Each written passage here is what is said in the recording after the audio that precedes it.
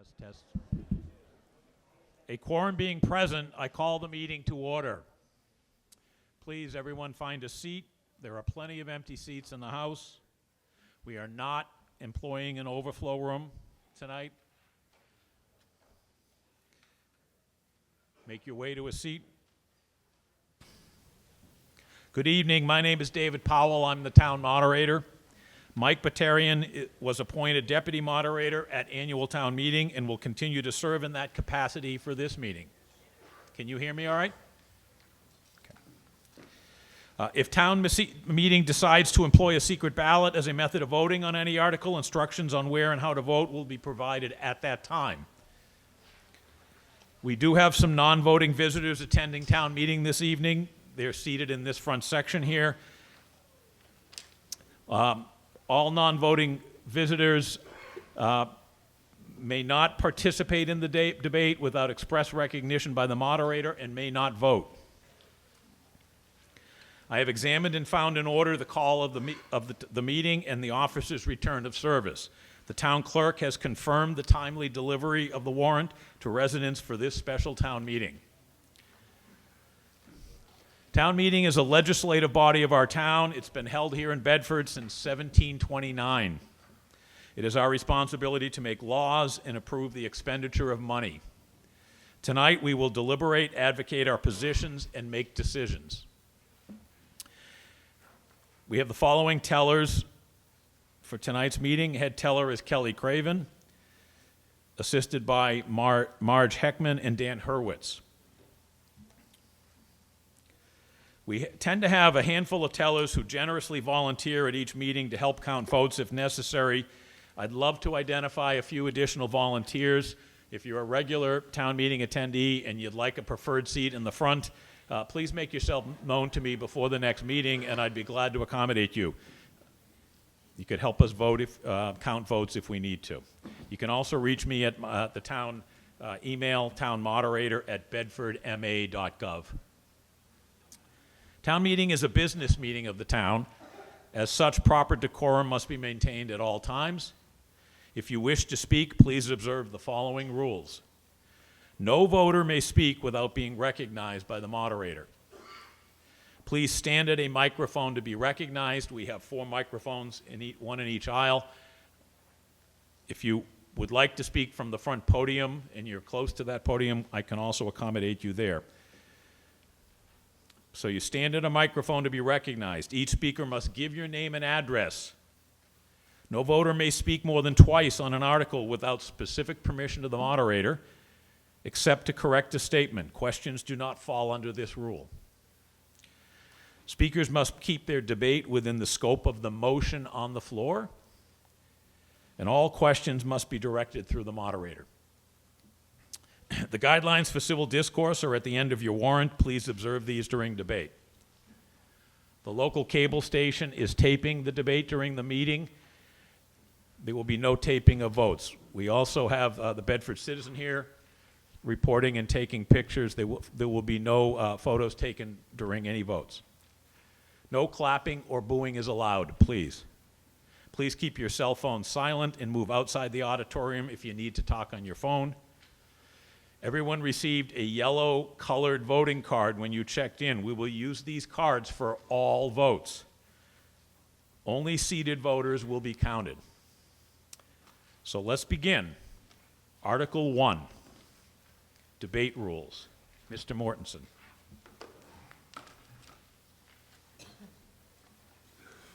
I move that the town adopt Article 1 as printed in the warrant, lest the phrase, or pass any vote or take any action relative thereto. Second. Motion's been made and seconded. Mr. Mortensen. This article proposes time limitations on presentations and debate of articles before the town meeting. This article requires a 2/3 majority approval, and the Select Board recommends approval. Thank you. Finance Committee recommendation, please. Ben Thomas, Apple Tree Lane for the Finance Committee. The Finance Committee recommends your approval of this article. Okay, I'm going to open up the motion to debate or discussion or questions. We still have some people trying to find seats. If anyone would like to speak to this article, please approach a microphone now.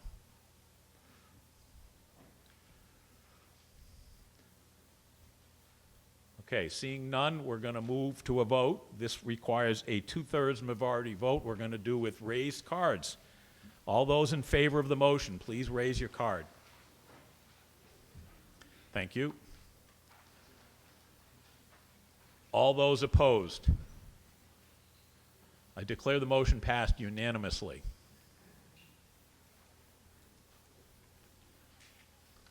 Good. So we're moving on to Article 2, Tax Increment Financing Agreement. Ms. Malone.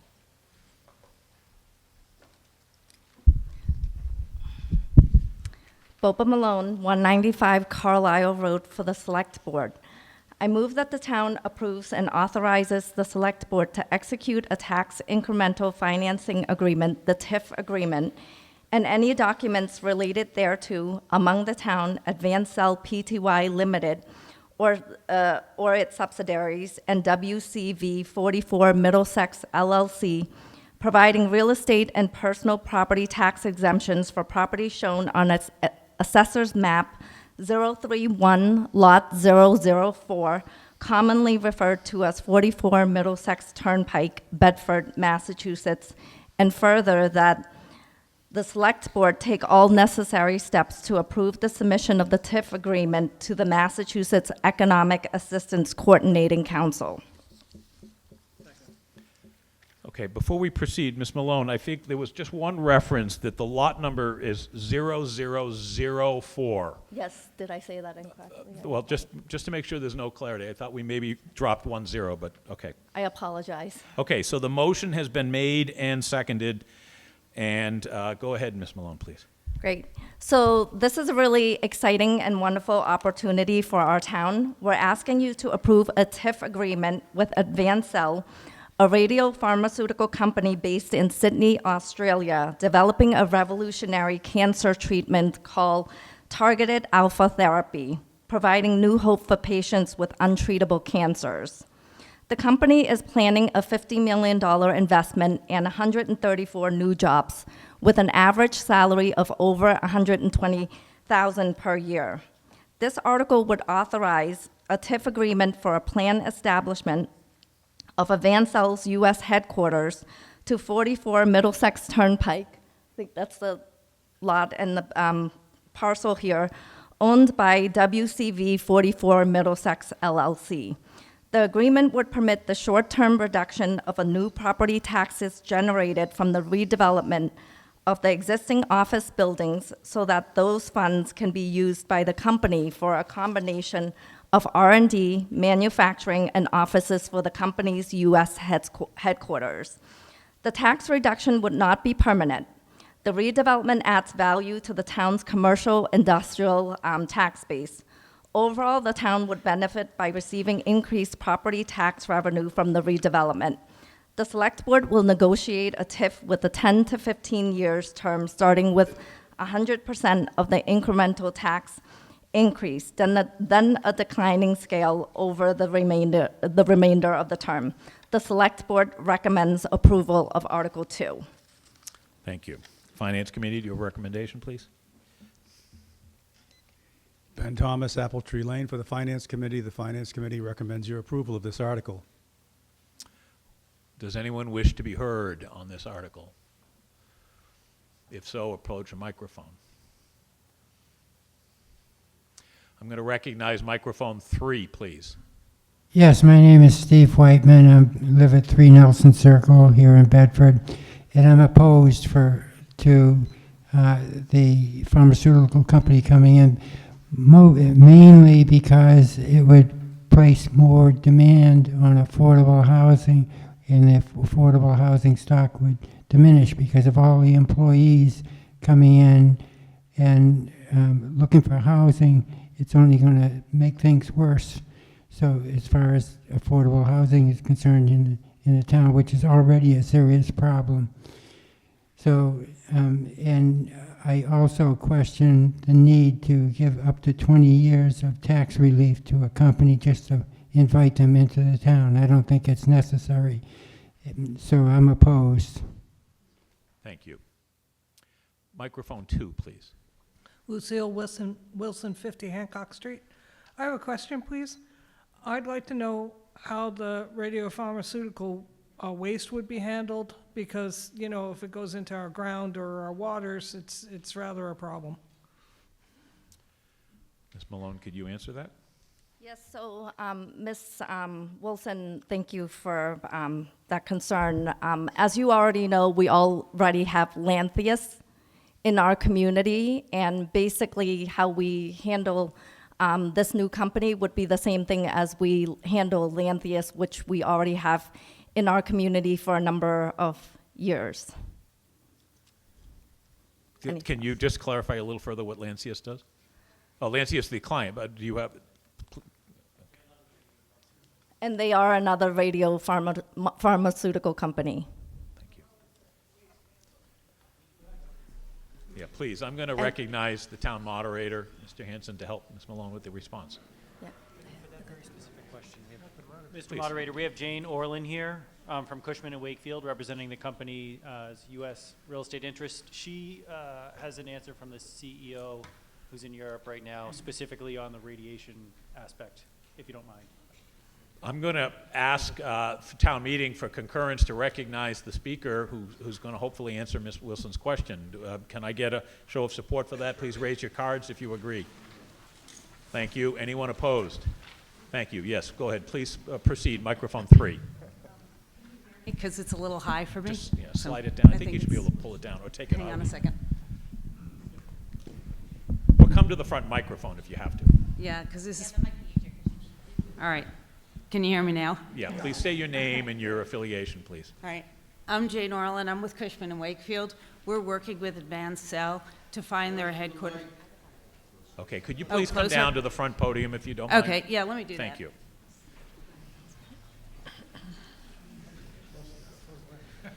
So we're still on the clock for Ms. Wilson's time, and this response doesn't count towards your time, but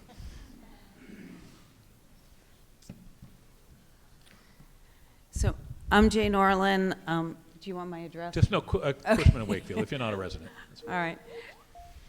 So we represent Advanced Cell. They are looking for their headquarters location here in the United States.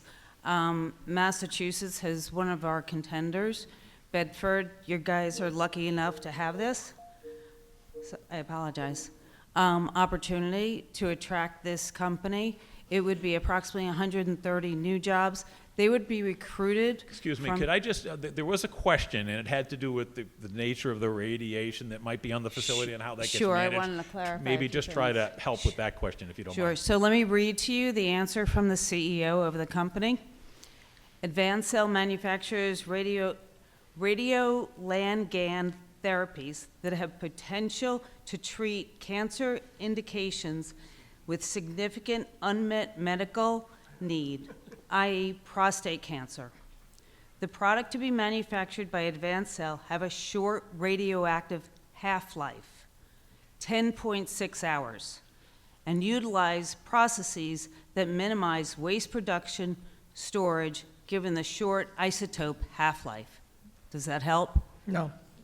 Okay, so let, But just- that's the technical, what you're talking about is an isotope that has a short life of only 10 hours. Yeah, Let me but a continue. half-life is, Okay, excuse me, hold on a expands. sec.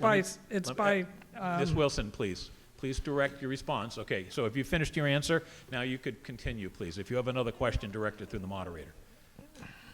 what's the word I'm looking for? It's binary. Half-lives are binary, and so they last more than 10.6 hours. It lasts a lot longer, but I wanted to know, how is the waste disposed of? The waste will be disposed of. Here, let me read to you from the CEO. Implementing principles of radiation safety alongside monitoring programs, ensuring facilities provide the appropriate containment. Such safety considerations and measures will be based on all applicable guidelines from the regulatory agencies, including the Nuclear Regulatory Commission and the Massachusetts Department of Public Health Division of Radiation Control. Thank you. Thank you.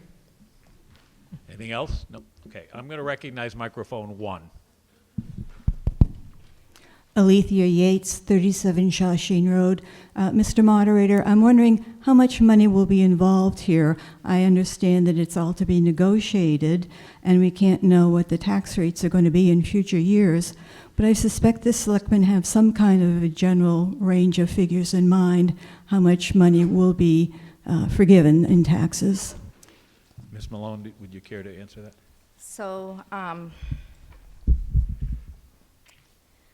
right now, with the land and the building, the total value is $34,697,000, and which we collect $940,000 per year.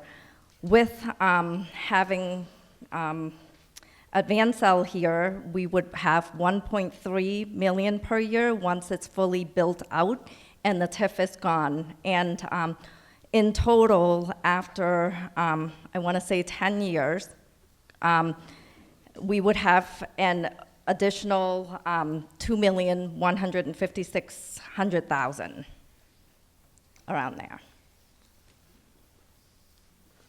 Do you have a follow-up? It's not clear to me how much money, how much less money we would get with this TIF compared to not negotiating, having them pay the full rates for the whole time they're here.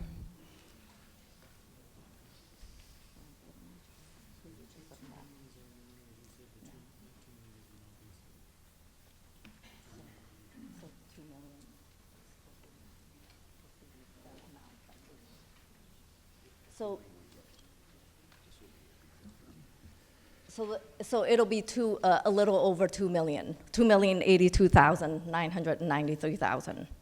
Thank you. Mr. Morton, I'm going to recognize Select Board Chair Mortensen to respond to an earlier question. Yeah, I just wanted to respond to Lucille Wilson's question about the safety and the radioactivity. That was a question that came up in the Select Board, and we got the response back. It wasn't a gotcha question. They were ready for it, that they follow the federal, state laws, et cetera. And I think at that point, the Select Board was comfortable that they were on top of those safety issues. Thank you. I'm going to recognize microphone 1, please. Hi, good evening. I'm Keenan Ross, 2 Fox Run Road. My question is a follow-up to that same tax question. I believe you said right now in taxes we're making about $940,000 a year from the property. During the 10 to 15-year term, will we continue to get that base 940, which I think maybe you just said will go up to 1.3 million, and then after the rebate term, it will then be approximately 2 million a year? Great, thank you. Excuse me, hold on a sec. I'm going to ask Ms. Malone to respond to your question in the microphone so everyone can hear it, including those that are following us remotely. Stand by for an official answer on that one.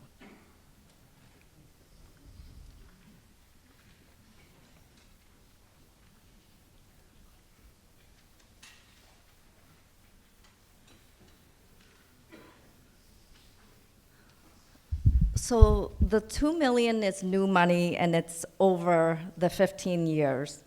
And basically, it's after that, it would be 354,334 every year. You please follow up. And then just your first comment, the 940 would be, it's already there because that's the building and the land already.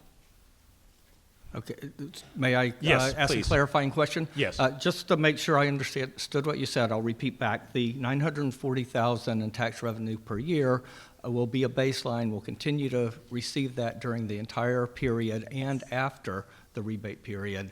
Yes. And then we're anticipating after the rebate period, we'll get an additional 300 or so on top of that. Per year. Yep. Thank you. Thank you. I'm going to recognize, maybe that's no one else at the microphones. Microphone 4, please.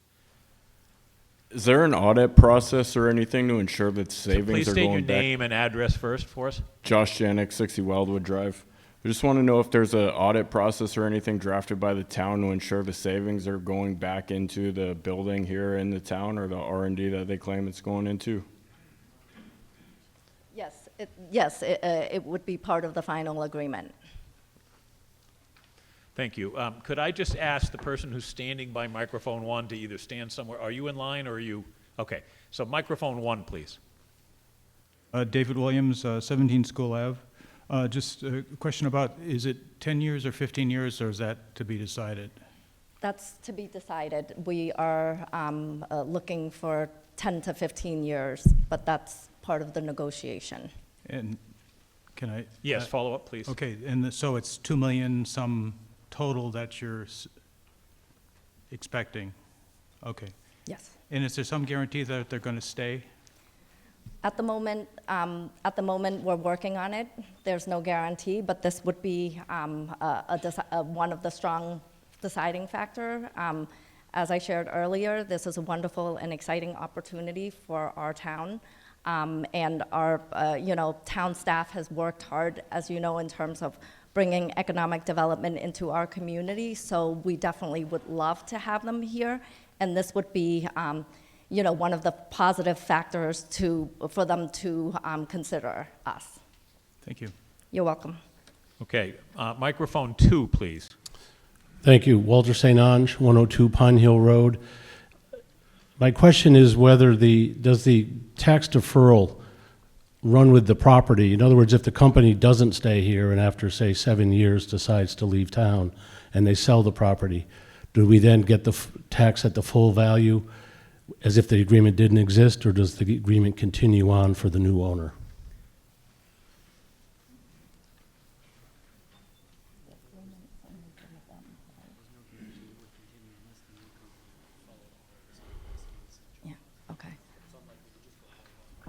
So, Mr. St. Ange, there's no guarantee that it would stay the same way. It would be, a renegotiation. So, no, there's no guarantee. Mr. Moderator, I Please, just follow up. want to follow up. I'm just a little confused. In other words, the agreement with this company would terminate if they leave. They're no longer a taxpayer. Yes. If some other commercial owner came along and wanted a similar benefit, the town could decide to do it or not. It would make that decision at the time. Is that Correct. fair? Okay, so Fair. Yep. I'm in favor of this. I think it's important to build the commercial tax base as best we can. This is in a location where it's appropriate for that, so I support this article. I do think, I will say, when we leave it vague as to the term 10 to 15 years, I'm going to bet it'll end up 15. But anyway, I support this article. Thank you. Okay, seeing no one else, we're going to move. What? Speaker, microphone 3, please. Yes, my question is, State it's your my name again, Steve please. Whiteman, 3 Nelson Circle, Bedford. My question is, has an impact study been done to determine the impact on our school systems of 153 employees coming into the town and their children, and what that means to the school system and the finances of the school system? Well, I'm going to consider your question to be borderline on the scope of the article. If your general question is, if you're making an argument that you would not want to see a big business come in, then you could make that argument. But I'm going to interpret your comment as a comment rather than a question. Okay, seeing no one else, we're going to move to a vote. This motion requires a simple majority vote. All those in favor, please raise your cards. Thank you. All those opposed? Thank you. I declare the vote passed by a majority vote.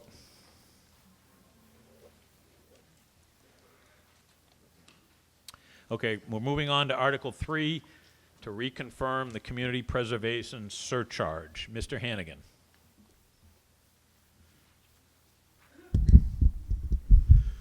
Thank you, Mr. Moderator. Sean Hannigan, 5 Hunt Road, for the Select Board. I move that the town reconfirm a property tax surcharge of 3% of the taxes assessed annually on real property, which shall be dedicated to the Community Preservation Fund, such surcharge to be imposed on taxes assessed for fiscal years beginning on or after July 1st, 2026. Second. Motion's been made and seconded. Go ahead, Mr. Hennigan. Okay.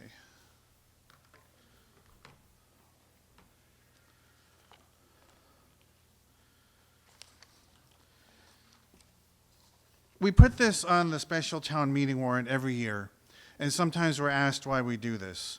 Way back when we first adopted the CPA Act, and Bedford was the first to do so, the Select Board promised at the time that we would bring the surcharge before town meeting annually, and we have done that ever since. But beyond that, having this article on the warrant provides an important opportunity to do a couple of valuable things.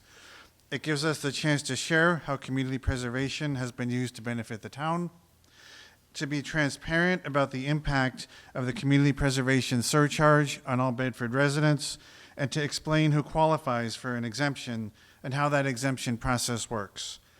A common question that's asked by FinCom is what percentage would the CPA have to be lowered if the town only wanted to cover outstanding debt? The CPA surcharge would have to remain around 1% in order for outstanding debt payments to be covered in future years. The CPA funds we collect and the matching state funds we receive can be used for 5 categories of allowable expenses: affordable housing, historic preservation, open space, recreation. We can also use some limited funds for administration for things like legal notices and dues to the Community Preservation Coalition. This slide shows some projects done in recent years with CP funding. To give you a sense of the impact of the community preservation surcharge on residents, I'm using the number for the average residential home value. Of course, some of us are higher than this and some are lower.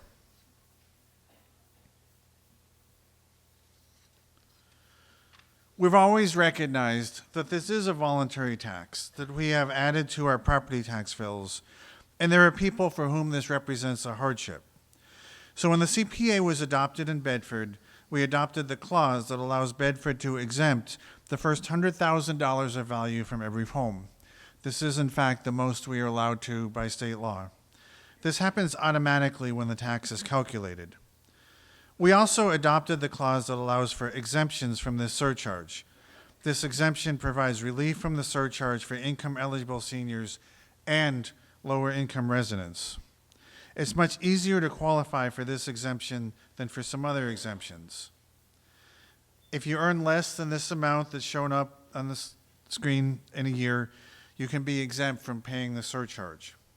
Applications are available now at the assessor's office, and they are accepted between October 1st and April 1st.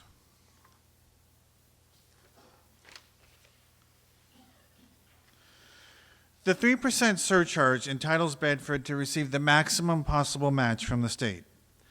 Bedford was the first community to adopt the CPA.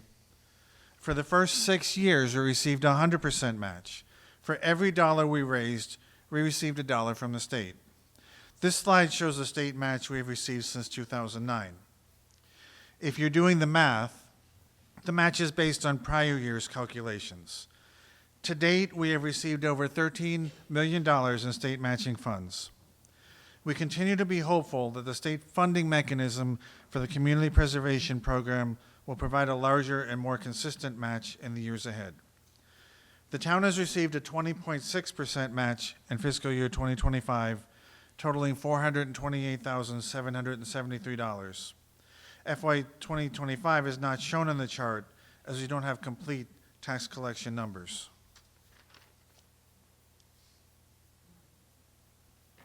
The Community Preservation Committee recommends approval of Article 3, and the Select Board recommends approval of Article 3. Thank you. Thank you. Finance Committee, please.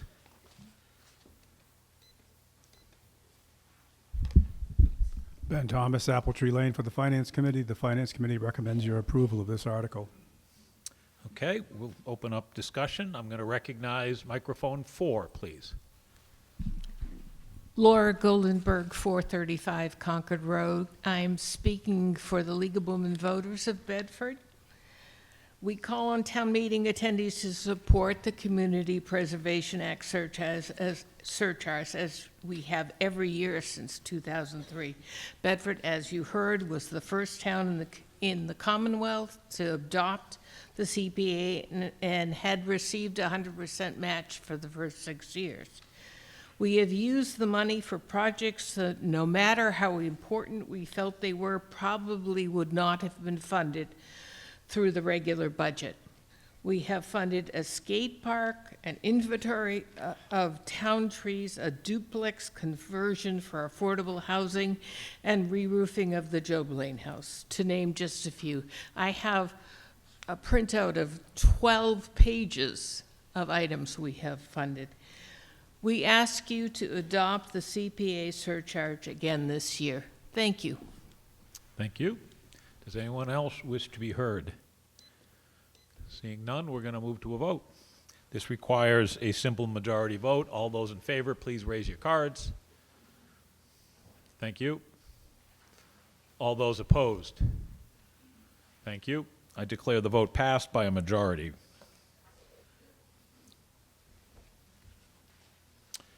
Okay, we're going to move on to Article 4, which is Supplemental FY26 Community Preservation Budget. Mr. Hannigan, please. Thank you again, Mr. Moderator, and I'm still Sean Hannigan at 5 Hunt Road, speaking for the Select Board. I move that the town appropriate from fiscal year 2026 Community Preservation Funds $675,000 for a multi-purpose pavilion. Second. Motion's been made and seconded. Go. No, it's not out of order, not ready yet, but I'll indicate to you after we have the recommendations, then we'll open it up for people to make an amendment. Go ahead, Mr. Hannigan. Okay, thank you. This article proposes to appropriate funds from the fiscal year 2026 Community Preservation Budget in order to provide funding necessary to construct a multi-purpose pavilion as part of the town campus complex between Kids Club and the town center playground. The core components are a covered structure to be used for performances and other formal and informal community events, as well as associated landscape improvements to support this use and ensure accessibility. This effort was started by a group of residents looking to provide a permanent outdoor performance space and is in line with much of the feedback about community preservation we've received from residents wanting larger projects that the entire town can benefit from. Design funding was approved for $75,000 at annual town meeting in 2024. Town staff has worked with a professional design team to design a multi-purpose pavilion that can be used for a variety of formal and informal community events. The structure will be ADA accessible, have electricity, and be landscaped to blend into the surrounding playground and the buildings adjacent to it. This project has already been in front of the HDC, the Historic District Commission, for them to provide feedback on their preferred design elements as a courtesy. No trees will be taken down as part of this project, and the BARC, the Arbor Resources Committee recommended plantings list, has been provided to the consultant to use as a guide for the landscaping surrounding this project. Features of this project include a covered pavilion for public use and performances, electricity, lighting, ADA accessible walkways, and proper drainage so as not to impact Kids Club, Tot Lot, or the adjacent baseball fields. Here's another view of the pavilion. In this image, the town hall parking lot is behind the structure. The pavilion itself is 40 feet by 25 feet. Private and public events that have been discussed over the past year include, but are not limited to, school-related music, band practices, summer concerts, and in fact concerts in general, theater events, Bedford Day-related events, Tricentennial-related events, Bedford Cultural District-related events, intergenerational gathering space events, birthday parties, picnics. The structure is intended to be complete in advance of the Tricentennial celebrations in 2029, making timely funding essential. And here is how the estimate came about, the $675,000. General conditions here are things like insurance, bonds and rentals, snow removal. This total may be reduced, but not increased.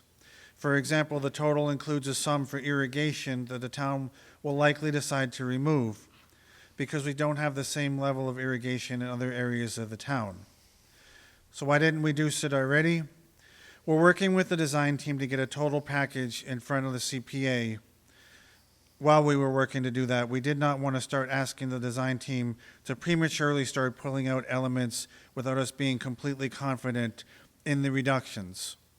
We're comfortable that since the funding is available in the undesignated fund balance, it's better to ask for the full quote and then return some funding back, which is done when not all funding is expended in a community preservation project. So in other words, it's a conservative estimate, and it's not going to go above that.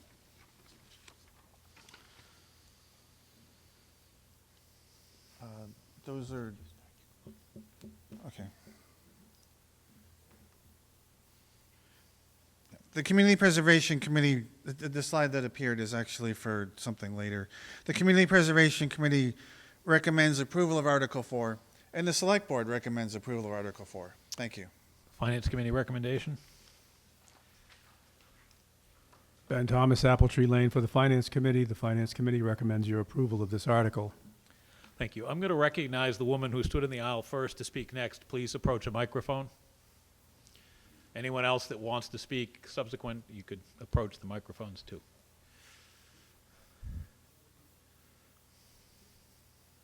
Is this the microphone you? You may speak at this microphone Thank you. if you'd like. State your name and address. My name is Molly Haskell. My address is 10 Winchester Drive. By unanimous deliberations by BARC, we submit an amendment to So you'd like to Article 4. move to amend the motion that's on the floor? Thank you. I'd like to move to amend the motion that's, So could you please just read your Yes, I amendment? can. Thank you. thank you. To the project plans and bid package, add language for 3 items. For all trees slated for preservation in close proximity of the site, each tree shall be protected by barriers erected around the critical root zone, otherwise known as the CRZ. The barrier shall exclude heavy equipment and site materials from the CRZ. Number 2, the 60% design requires cutting or removing most of the roots of the 44-inch diameter honey locust. This is the tree between the pavilion and the parking lot. Removing these roots would create a hazard condition. Therefore, update construction plans to acknowledge the necessity of removing the tree. 3, add planting of 3 trees to the planning documents and bid package, slated for the general area of the town center playground, multicultural pavilion, and kids club play yard. I'm going to hand the mic over to Elizabeth Knox. She's a master's in. Could I Go just ahead. interrupt you for a sec? You're making an emotion. You're making an emotion to amend a motion that's on the floor, and I need a finite end to that. You're kind of mixing up I'm- your argument. So have you finished your amendment? 'Cause I you have to give finished that my all to me. amendment, yes. Have you? So that's everything you've got in writing there. It is. Is there a second to her motion? Okay, so the motion's been made and seconded, and the next step would be for the moderator to decide whether this motion to amend is within scope of the initial article, okay? And, Can I make a comment on that? no, you may not. You may not. You've finished your motion. So I consider this motion not to be a valid motion because it's not within the scope of the article. You are delving into zoning and planning and design specifications, and what's actually on the floor is purely a financial article. It's been moved to appropriate some money out of a certain place in the CPC thing, and you're moving beyond that. There's no opportunity to get into the next plans here on town meeting. This is not town meeting's job. Our job here is to appropriate the money and decide where it's coming from. So I'm going to reject the motion as not being valid. Do I have a chance to reply? You may continue. You're on the clock, and you've got 3 more minutes. If you'd like to turn everything you say into a comment, by all means, but your motion is not accepted to go on the floor. Right, we're here today, excuse me. Yeah, we're here today to vote on a design and a layout that we saw. Sorry? No, you're not. No, we're not. The motion is to appropriate $675,000 from the FY Community Preservation Fund. There is a project title associated with it for the multi-purpose pavilion, but that's the scope of the town meeting consideration. I'm just looking at town council here who's agreeing with me, correct? Yeah. So I'm rejecting your motion. You could ask for an appeal and people could vote it, or you could continue with another 3 minutes of your comments. Consider this to be a request to turn it down if you want, but your motion's not acceptable. So I can appeal to the voters here to override. So you your say rejection. move to appeal. Move to appeal. Is there a second? Okay, and I'm going to accept the appeal. So this is pretty clear under the law. So even if town meeting decided to override me here and choose to can proceed with her amendment, I doubt it would pass legal muster, but I will always defer to town meeting. So there's been an appeal. This requires a simple majority vote.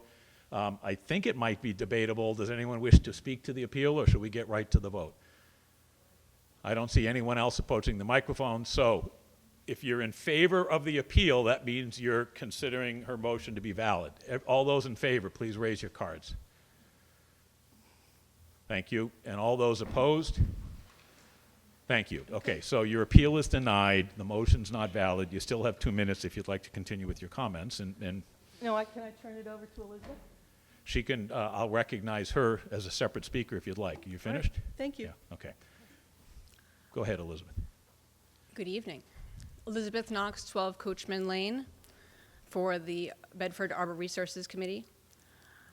I would just like to note that we felt moved to speak tonight because, though we know it's not exactly appropriate in the financial context of this article, we received the construction documents for review, which were dated September 5th. We received them on October 27th. And while we support the pavilion and the creative thinking and commitment to the arts that the multi-use pavilion represents, we have reservations about certain parts of the design of this project, concerns about one of the trees in particular, the honey locust tree, which is between the town center parking lot and the kids club play yard. Within the project demolition, the area underneath this tree, the critical root zone, is designated for clearing and grubbing. That means removing the top 18 to 24 inches of soil and the organic matter contained within, which is, in this case, the majority of the tree's roots. We believe that this tree will not survive the construction, that if it does appear to survive immediately after construction, it will not survive the removal of its roots, which are its lifeblood. It's a water supply. So we recommend that the honey locust to be removed as part of the demolition of this project, the demolition phase of this project, excuse me. Secondly, we advise protection of the mature hickory tree also within the project site. The existing hickory tree will provide comfortable shade to the audience at pavilion events, yet its critical root zone, according to the 60% documents, will not be fenced for its protection, leaving its roots vulnerable to construction activities. And I just wanted to note, tree protection is common on such projects. Fencing the critical root zone and restricting traffic from construction vehicles or storage of heavy materials within that fence prevents compaction of the soil. When soil is compacted, its air spaces are destroyed, starving the tree of oxygen and water and leading to its decline. We don't want to see that for a beautiful mature tree, which is within this project site, will provide shade to audiences at performances, will help reduce glare for performers on the stage. This project has been called Bedford's Tanglewood. It's a great opportunity for people to come together for performances outdoors. It's a great thing. But part of what makes this a great site, a great project, would be tree cover, providing shade for audiences, which would make it much more pleasant for picnic goers. Otherwise, this project is fully within the glare of afternoon sun coming from the west. So BARC is advising that 3 additional trees be planted within or near the project site, which would provide shade to the audience at pavilion events and would benefit the town center playground and the kids club play yard. Thank you. Thank you. Before I recognize speakers at the microphone, I'm going to recognize Select Board Member Hannigan for a quick response to some previous statements. Yeah, thank you, Mr. Moderator. Sean Hannigan, 5 Hunt Road for the Select Board. So we were aware that some of these concerns were coming up just in recent days, especially today. And the staff did have some communication with the project team. And the project team is aware of the critical root zone. They're aware that, you know, of aspects of tree protection. In fact, they've raised the grades around the trees to make sure that they're not severing structural roots, to allow for air spading, to reset feeder roots. They're willing actually to consider adding an arborist to their team. So they are aware of these issues and they are willing to work with us. And there's nothing that says that once this is passed, we couldn't take what Arbor Resources is saying into consideration. Some of what they're saying, we're not sure how it affects the feasibility of the project, but certainly we could go forward and with the best effort, you know, make sure that these concerns are addressed. Another thing I would say is that the town follows up on projects like this. So, you know, there's no guarantees with something like this, but if, despite all these best efforts, one of the trees in question were to die, the town could then replace it with a tree of equivalent diameter. That's something that has been done in other places. So I definitely urge people to pass this project, and these details can be worked on. Thank you. Thank you. Microphone 2, please. Emily Mitchell, 4 Heritage Drive. I have been aware of this project since its inception, when the Cultural Council determined several years ago through its annual community survey that residents were interested in a permanent outdoor venue of some kind for performances. This was very exciting to me. Bedford has a dearth of public performance spaces for theater or music, and what we do have are part of other buildings, schools, churches, or private property, and already heavily used. Right now, we're hosting coffee house music on a teeny tiny stage in Towel Hall, and this very auditorium is always double booked in the spring and the fall between town meeting and school performances. I'm looking at set pieces right behind the screen. Peter and the Starcatcher, 21st and 22nd of November. A band shell or other purpose-built space specifically for music or theater that anyone could use would be a great addition to our community. This is not quite that. What began as Bedford Pops, a permanent outdoor performance space, is now a multi-purpose pavilion. It's not wired for sound, it doesn't have capacity for stage lighting going on the performers, and it doesn't have a backstage or really a capacity for that. So I would be lying if I said I weren't a little disappointed in the final design. So why am I still voting yes? Because I think the project still has merit, a lot of merit. It is a better venue for summer concerts than what we have now, and I say that as someone who's been both on stage and off. It provides protection from the elements for both performers and equipment, and it doesn't force you to stare into the sun for half the gig because it's turning in a different direction. It's also a great spot for families and caregivers to take a break from the playground or the ball field, which, by the way, it's a softball field because it's got a dirt infield, it's not a baseball field.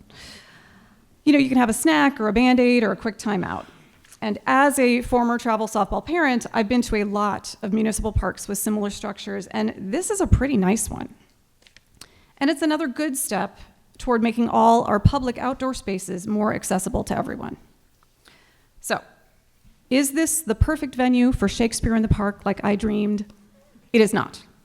But it is still a valuable amenity for Bedford, a place where people can gather and be together, formally, informally, throughout the year in all kinds of weather. When we talk about Bedford as a welcoming community with a small town feel, these are the kinds of places and opportunities that we're talking about. This is exactly the kind of project that community preservation funds are for. And of course, there are going to be compromises. Any project, a big project like this with 15,000 stakeholders, isn't going to make every single one of those 15,000 happy. But it's a great opportunity to do more things and have more opportunities for us to come together as a town. Now, I hope that when it comes time in the very near future to think about other municipal properties that can be repurposed for other uses, cough, cough, we will remember the needs of the music and theater communities that this pavilion doesn't quite meet. But for now, I hope you will join me in voting yes on Article 4. Thank you. Before I recognize the next speaker, I'm noticing that the aisles down here at the front are really filling up on this side, and maybe some people want to be closer to be able to see in the distance. There is plenty of seats on that side of the auditorium if you're trying to get a little closer. Microphone 3, please. Thank you. Frank Riccici, 7 Norma Road. I agree with Ms. Mitchell. When this was originally presented, I thought of it as a music shell, which would provide a concert venue, a backdrop, maybe acoustic backdrop being up against a building, but at the very least, a visual backdrop, space for an audience in front of it, and in general, accessible for a large population of people, maybe 200 people, an audience could fit in front of it. What we see now is not that. And really the question is what we're getting something that we wanted? It's a place to set up picnic tables. The drawings show behind it what looks like an open field, but really there's a parking lot there. So there's going to be the distraction of cars with lights going back and forth behind this venue. And in front of it, as Bark indicated, there's a pole and a tree, which are immediately in front of it, which are going to be an obstacle for people trying to see the stage. So I wonder if we've shoehorned something in, but as a result of shoehorning and compromising the design, we're not getting what we originally wanted. And at $650,000, maybe this isn't the best way to spend that money for what will primarily be an ADA-compliant patio accessible from the parking lot with some stone steps in front of it, but not necessarily a concert venue. Thank you. Thank you. Microphone 2, please. Mark Leviton, 12 Fern Way. So I kind of agree with both of the last two speakers. Before I had kids and what I was interested in, I was a drama person and I was a musician, and I have performed at a wide variety of spaces, including the Hat Show in Boston. And some people have heard that some people are concerned about, oh, well, it doesn't have lights and doesn't have sound. And I'm not really worried about that because, musicians, if they're gigging, they're going to bring their own microphone and speaker setup.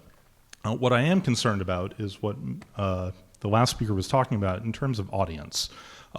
If you look at the pictures that are on the plan, there are 8 Adirondack chairs there, which means that everyone sitting in this auditorium doesn't fit.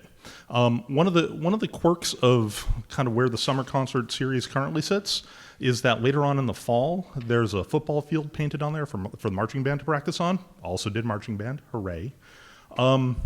Usually in the summer, which is the only time that I can really think about summer concert, concerts in Bedford, there's like 40 or 50 yards worth of people spread out, admittedly staring off into the sun during part of the concert.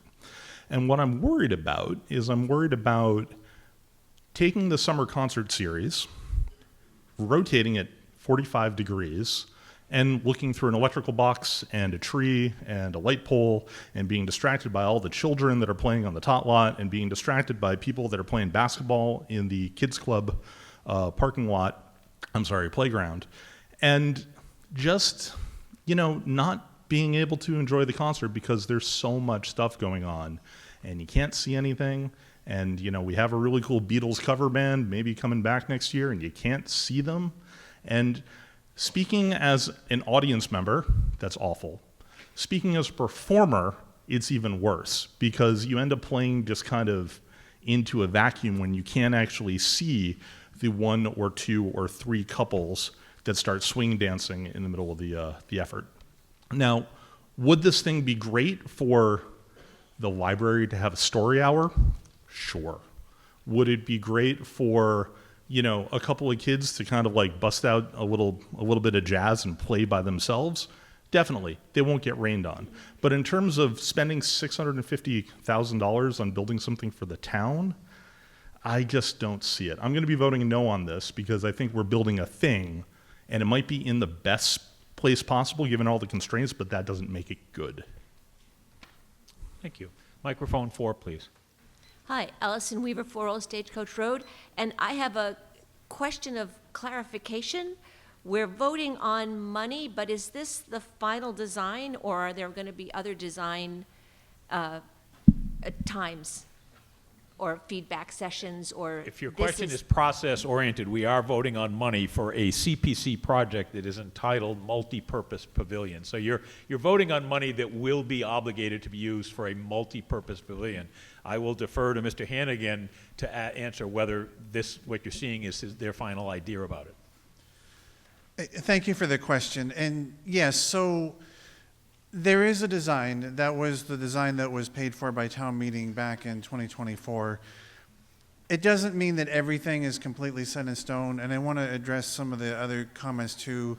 If there does come to be a need for, you know, a built-in sound system or lighting, or we have to tweak some of the elements, that can always be done later. There's nothing that says that we put this up there and it has to always stay the same. And there's been some talk about, do people want sides for it? Right now it doesn't have sides because the idea would be for it to be open and welcoming. But if we start getting a heavy amount of, say, music, and for acoustics they want to have something added to it, we could always add to it. So I guess the short answer is, yes, there are things we can do after this is in place based upon how we see the usage going. Thank you. Okay, wait a second, we have one more on microphone 2, please. All right, Walter St. Ange, 102 Pine Hill Road. So the money we're appropriating tonight in the CPC budget is for the construction of this facility. I just want to get clarification. We seem to be meandering around this question. Hold on a sec, because I shouldn't answer that question. I'm going to ask Mr. Hannigan to respond, please. Please repeat your question, Mr. St. Ange. Is the money that we are appropriating tonight going to be used for the construction of this facility? Yes, the money is going to be used for the construction. And is this the only, Mr. Moderator, one other question. Is this the only money you expect to need based on what you know now? In other words, we won't be facing, being asked for more money at subsequent town meetings? Mr. Hannigan? That's not the plan, to ask for more money at subsequent town meetings. And if I could say Please, one go more thing, ahead. because I didn't say this before, but the schematic that was up on the slide is meant to show only one possible use of it with the 8 Adirondack chairs. It could look very different in practice when you have something like Concerts on the Common, and we expect that the space will accommodate as many people as in the room. Thank you. Okay, seeing no one else, hold on a sec. We've got a question. Microphone 2, please. Jerry Pfeffer, 28 Battle Flag Road. I have a little bit of a problem of appropriating $675,000 for what looks like just a general idea. I know the incentive is good, the idea is good, but usually when you vote a lot of money, you have a better idea what the final product is going to look like. And there's really a lot of unanswered questions here. So I appreciate that it's only to appropriate money, but we don't usually appropriate money just for a word or a general idea. We usually have a better idea of what we're going to get. So although I've been in favor of doing a pavilion, I think we need more concrete addressing of some of the issues that have been discussed here tonight. Thank you. Mr. Hannigan, would you care to reply? Yes, thank you for your question and your concern. We know that out of this, we're going to get a prefabricated 40 by 25 structure that's going to look like it does in the pictures. You know, I did say that there were there'd be some chances to do some things based upon its usage. But the main thrust of what we're getting, I think, is pretty clear. We're going to get that structure. Thank you. Microphone 3, please. Ann Bickford, 197 North Road. Just a follow-up to Sean, Mr. Hannigan, what you just said, Mr. Moderator. So this presentation that was online had 2 additional drawings on it, which are the 60% demolition and site plan drawings. So I think we are in fact voting on a 60% construction design, which then brings to mind the amendment that was attempted to be made by Bark. And the answer was we weren't voting on a design, but we are voting on a design. So I'm not challenging, Mr. Moderator, your call on that, but I think we are clearly voting on a 60% design, construction design drawing. Is that correct? No, town meeting has authority over certain aspects. It's a legislative authority. We have financial authority to appropriate money. We have authority to set laws. Town meeting is not, we can set zoning bylaws, but town meeting is not a venue in which specific plan designs are ever addressed, at least as far as I know. There tend to be other processes through planning board or through code enforcement or through CPC that probably start drilling into some of the other aspects that the amendment wanted to bring up. That's No, my interpretation. again, I'm not challenging the amendment, but I just want to clarify that we are in fact voting a concept that is at the 60% design construction level. Is that correct? This budget that's been developed is to fund the 60% design level construction documents. Usually design, in my experience, design documents go through a 30%, a 60%, and then go on to the final 90%, 95% design. So this is that level right before you get to the really detailed 90% construction drawings, which represents a pretty solid concept. I think I'm just clarifying that point. Mr. Hannigan, perhaps I could ask you to respond in terms of maybe distinctions between CPC projects and how they were approved and funded at town meeting versus more detailed plans. Sure. So the structure itself is exactly the way it's going to be. I mean, it's a prefabricated structure. It's at 100% design. But, you know, in general, CP projects are funded, you get the funding to execute a project, and then some of the details can be worked out later, like, you know, the treatment of making sure that we preserve the trees, stuff like that. So I wouldn't categorize it as a 60% design, because the main gist of this is the structure, which is fully designed. We know exactly right down to the color what it's going to look like. But, you know, in the process of construction, there are some things that can still be worked on. Thank you. Okay, I'm going to wait 1 second because people are stepping forward again. I'm going to recognize microphone 2. Jerry Pfeffer, 28 Battle Flag Road. I'm going back and forth between 2 different ideas, voting against this article or making a motion to postpone it indefinitely so we can bring it up to annual town meeting where maybe we can get some of these issues ironed out better. I think for the convenience of everyone, I would just say, I think the best way to address our concerns is to vote this down now and hope that it comes back in next year's annual town meeting. Thank you. Just make an observation for you that to vote against it is a simple majority vote. If you wanted to indefinitely postpone it, you would require 2/3. Thank you. Microphone 3, please. Ben Littauer, 37 Fletcher Road. I keep hearing that there's a process for figuring out the remaining design elements. What are those, what is that process, and how can members of the town be involved in it? And, or is, once we've voted this money, it's going ahead and we don't have any input? Please describe the process that goes forward to resolve these issues, please. Mr. Hannigan, would you be able to answer that, perhaps with regard to public building on public property even?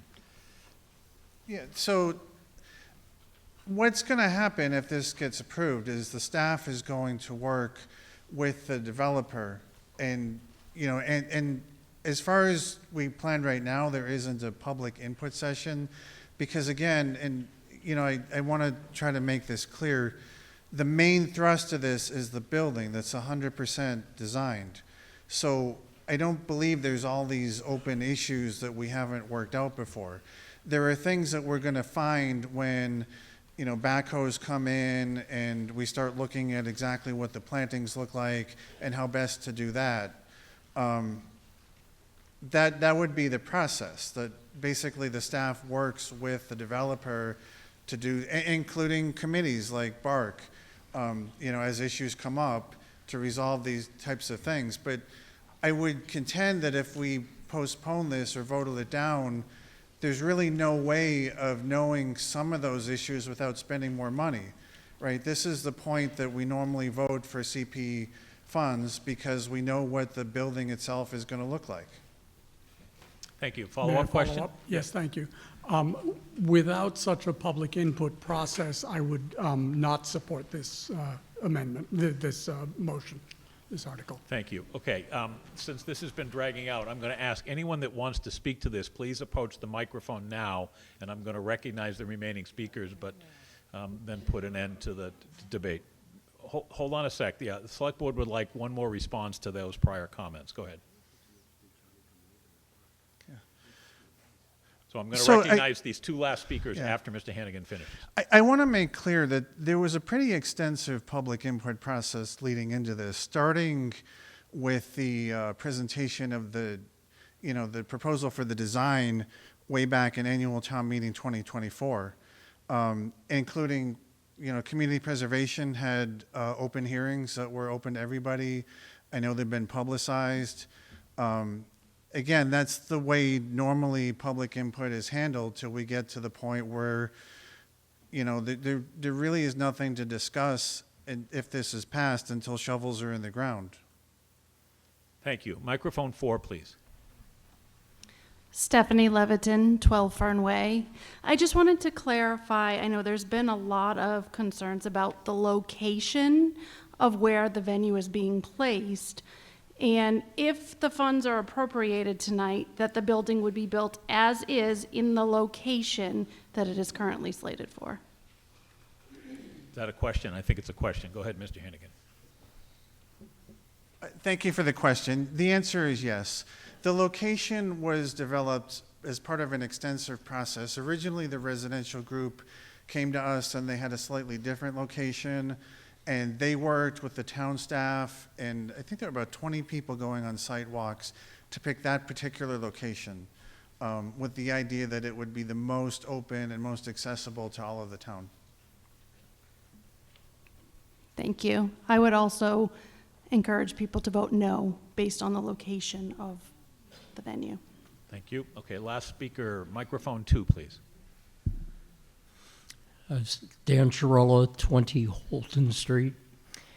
My comments are the same as this last speaker. The need for the facility seems to be well established. The structure seems to be appropriate, but the location seems to have issues.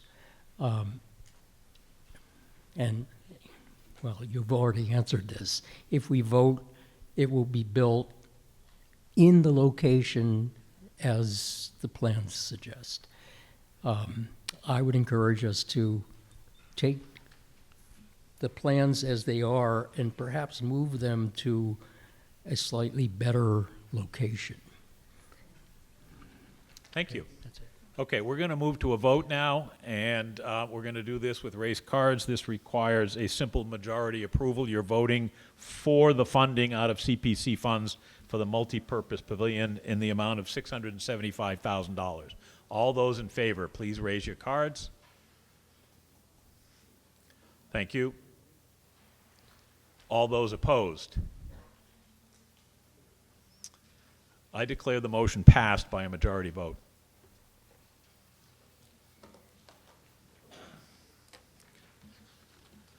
Okay, we're going to move on to Article 5, Ranked Choice Voting Home Rule Special Act.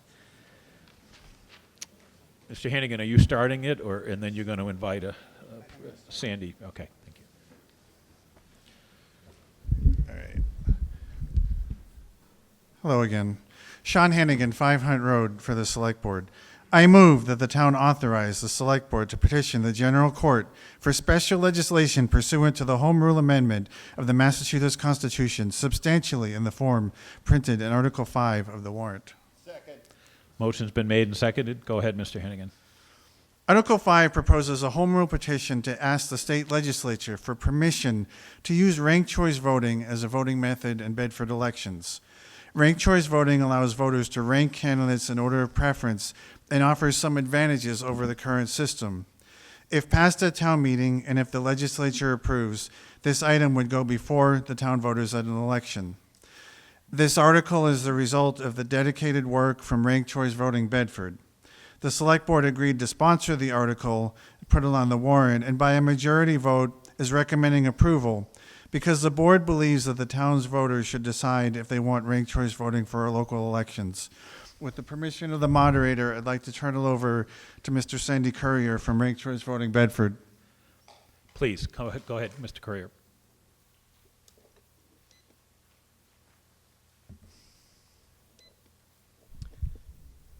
Thank you. Sandy Courier, 265 Davis Road, Bedford.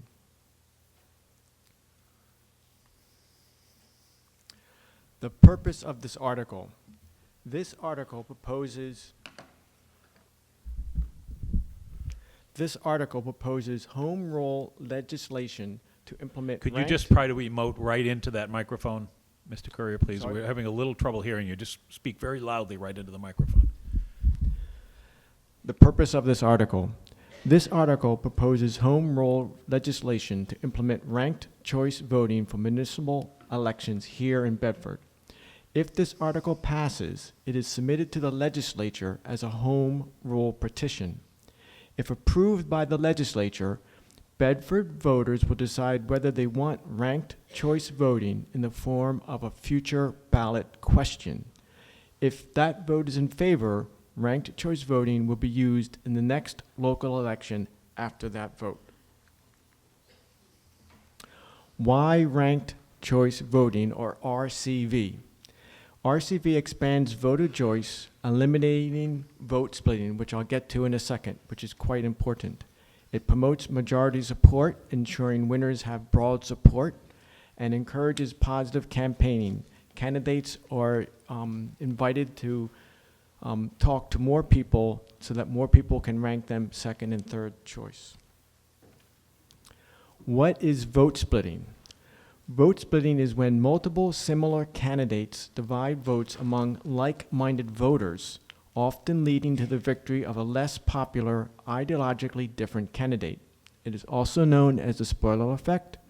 With plurality voting, which is what we have now, voters gamble on the electability of their choices. Here's a pretty Halloween candy example. All right. So in this example, 60% of the voters prefer their chocolate mixed with peanut butter, and 40% prefer the pure candy form. However, Reese's Minis enters the race. What happens? Reese's Minis and Reese's Regulars split the popular vote. So 60% of the people who would like their chocolate and peanut butter mixed lose when candy corn wins. That is the effect of vote splitting, the spoiler effect. This happened for real. A really good textbook example occurred in 2019 here in Fall River, Massachusetts, when the mayor was successfully recalled with 61% of the vote. This happened. What happened next is that he legally re-entered the race. There were 4 people running for the race, 5 with the mayor, and the 65% of the people who wanted him out, their vote was split, and he regained his own office. He became mayor once again. The negatives of the current voting system, which is formerly known as plurality, many of them are due to the vote splitting, or particularly the threat of vote splitting. Shared common policies tend to lose. Winners may lack majority support, as we saw. Voters feel pressure to vote for the lesser of 2 evils or get into complicated games of figuring out who to vote for. Here's an important one. additional candidates are discouraged from running. If you share a major policy with another candidate, you could split that vote and have some other policy come into play. And campaigns are less welcoming, inclusive, and engaging. What is ranked choice voting and how does it work? Here's a quick verbal description, and I'll get into a picture in the next slide.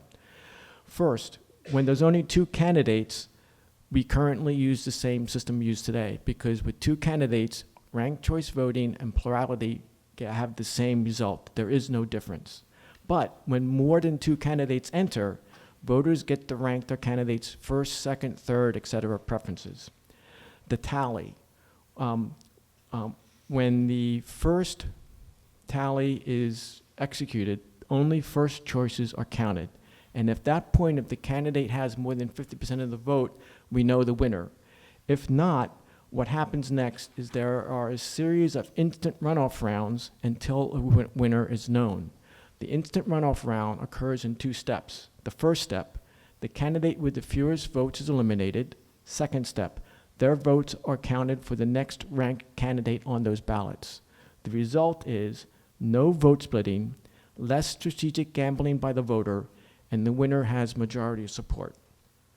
Here's an example ballot for 4 people running for select board. Mary, Diego, Sally, and Robbie. And in this case, a voter is ranked Diego first, Sally second, and Mary third. They have not placed a 4th vote. You do not need to rank all 4 people. You can hand in your ballot blank or with 1, 2, 3, or 4 rankings. Again, on the first tally, only the first ranking counts. So when the initial tally goes through, only the first one counts. Here is a visual example with 12 votes for, again, those 4 members, 4 candidates running for select board: Mary, Diego, Sally, and Robert. Notice that for the Mary, the first ranking is gray. For Diego, the first ranking is blue. For Sally, the first ranking is green. For Robbie, the first ranking is orange. That's how they're ranked. Since there's no majority winner and Sally is the least performing candidate, Sally is removed from the rankings and her 2 ballots, her 2 votes, get redistributed to Mary and Diego. That completes the first instant runoff round. But yet, we still don't have a winner. We don't have someone with more than 50% of the votes. So we execute the same sequence again. Robbie is eliminated, and his votes are redistributed. And now we have a winner because Mary has 7 of the 12 votes. She has a majority, and she is the winner. That is how ranked choice voting works. Some RCV exit surveys. So in Alaska in 2024, 84% of the voters said RCV is simple. This is not a complicated system. Charlottesville in 2025, 89% support using ranked choice voting in future elections. New York City, 2025, 96% found their ballot simple to complete.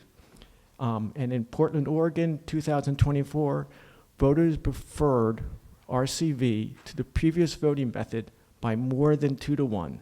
91% understood what it was. Implementation costs.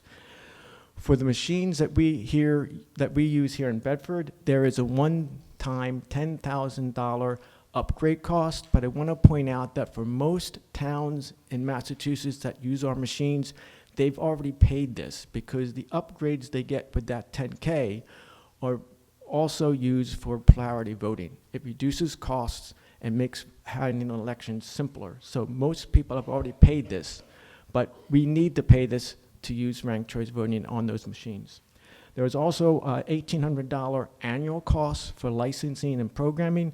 I think the column and row that most people are interested here is that the one-time cost, the residential tax levy for the average homeowner in Bedford is $1.79 for the $10,000 capital cost, and the $1,800 licensing and programming fee comes out to 32 cents per year.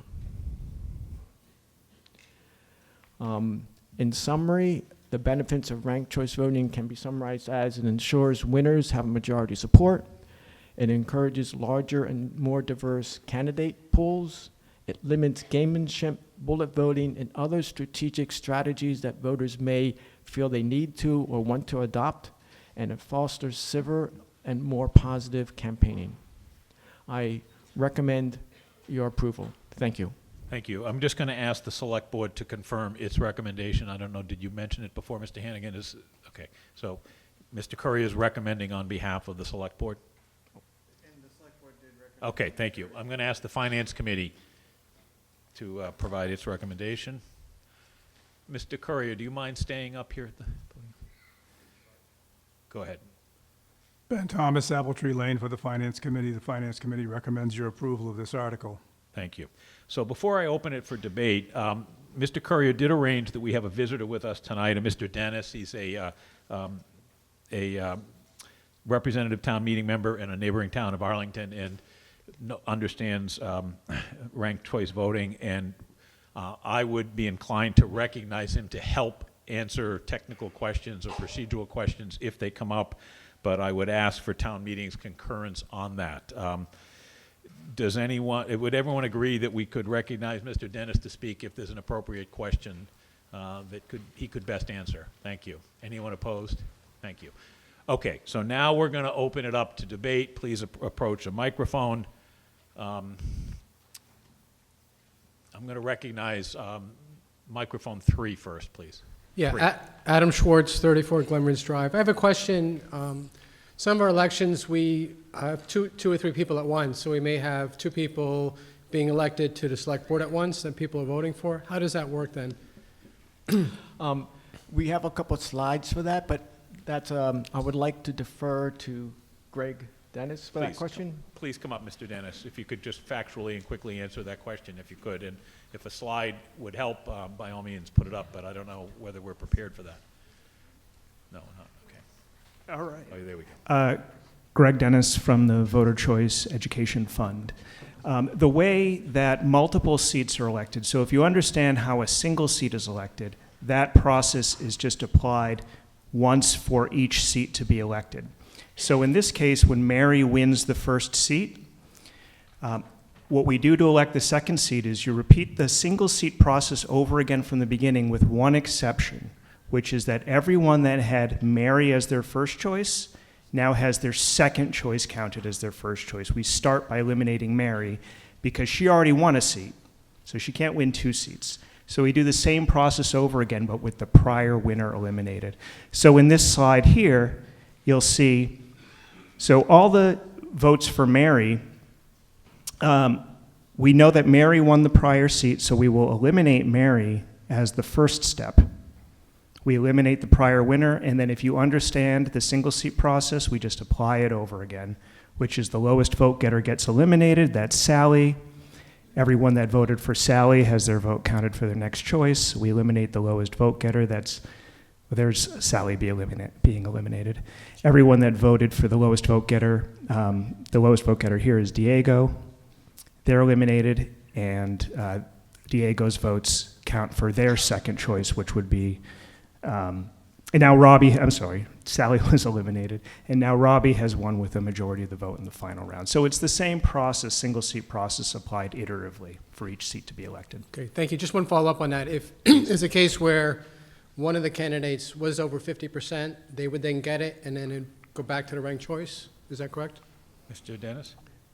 Right. So if one candidate wins a majority in the first round, right. So they would win that seat, and if there's another seat to be elected, then we start the ballot, we take all the ballots over again from the beginning, and that winner is treated as if they're eliminated, as if you cross their name off the ballot. Everyone that voted for them first has their second choice count, and we just apply the same single seat tally over again to elect the second seat. Thank you. Thank you. Microphone 4, please. Kevin Watson, 38 Marion Road. Just wanted to stand today to support ranked choice voting. I was one of the people to try and start the process of getting ranked choice voting passed in Bedford a couple of years ago, and I very much support this this voting system, as I think it is more fair and overall gives voters far more choice and a greater ability to express their opinions over who they want to represent them in government. Thank you. Thank you. Microphone 2, please. Jerry Pfeffer, 28 Battle Flag Road. I'm just trying to understand, is a question actually, not, I like ranked choice voting. I just want to understand how one thing would work. If you have 3 vacancies and 5 candidates, how many votes do you have? 1, 2, 3, 4, 5 for the 5 candidates for the 3 positions, or do they get voted on? So I'm a little confused when you have multiple vacancies for the same position, like library trustee, for example, or school committee, and then multiple candidates applying for those limited candidacies. Thank you for your question. In the case of 5 candidates, you would have 5 columns to rank the 5 people. So it's kind of think of it as a square matrix.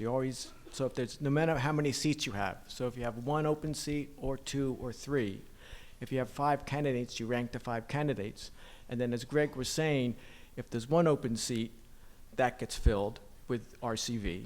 And if you have 2 or 3, then that first winner gets eliminated and you repeat the same process. So actually, today, RCV ballots are actually viewed as simpler to describe or have instructions to on the ballot, because an RCV contest is always the same, regardless of the number of seats.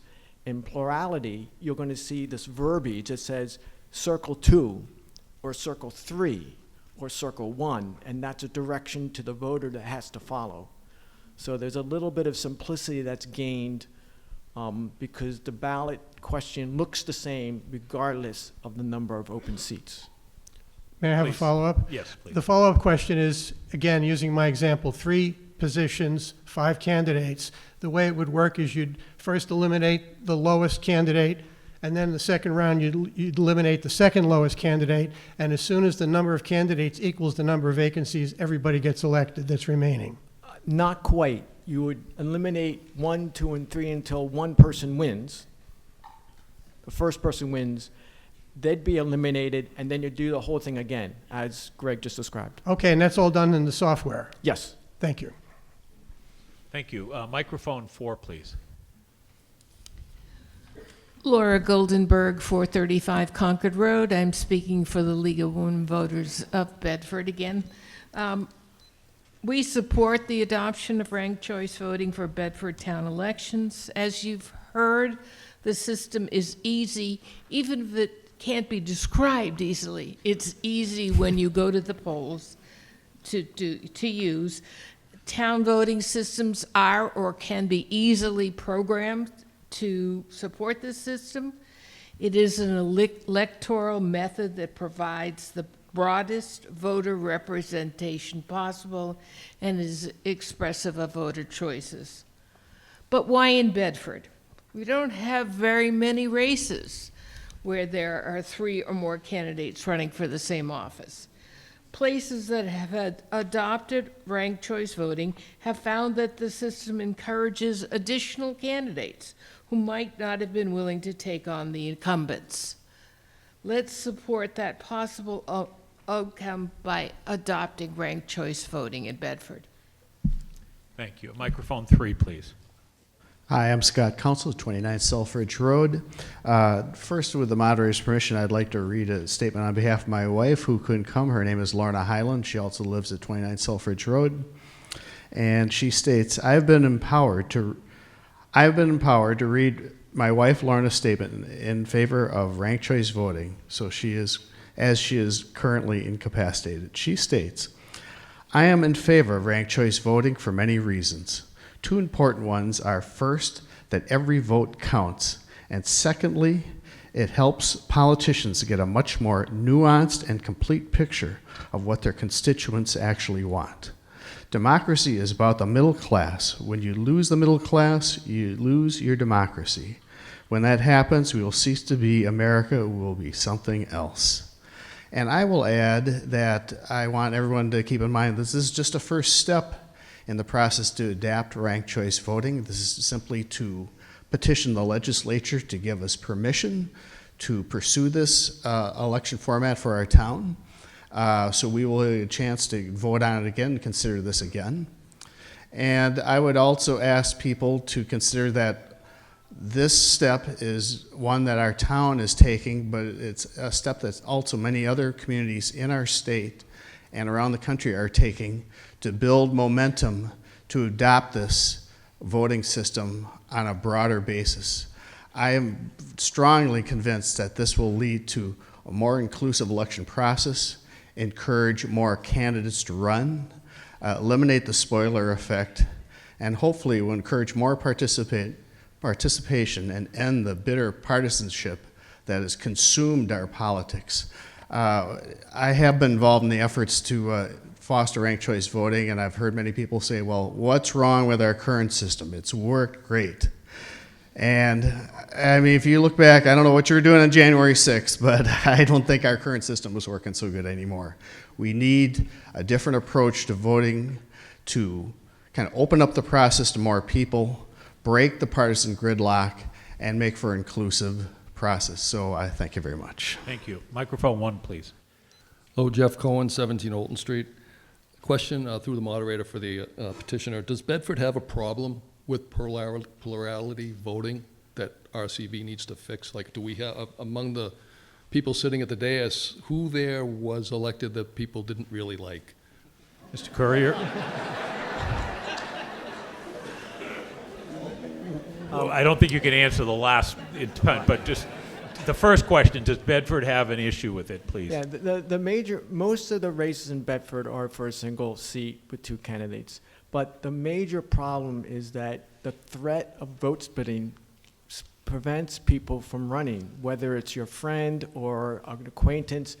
If you have if you share a policy with one candidate and you particularly don't like the other candidate's view on that policy, you are encouraged and actually, you don't want to run, because if you split your policy, then the policy you don't want will win. So the problem Bedford has is low participation in elected positions. We don't have a good turnout. Thank you.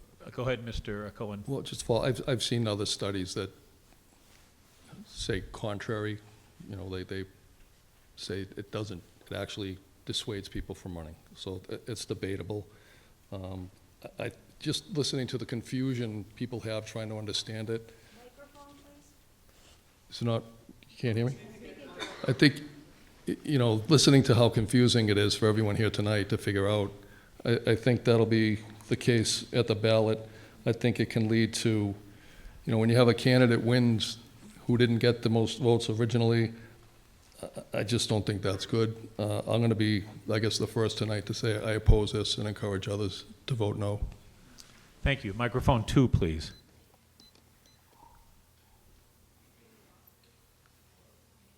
Microphone 2, please.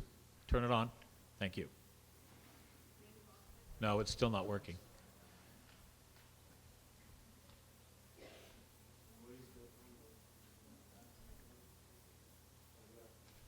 Try it again, please.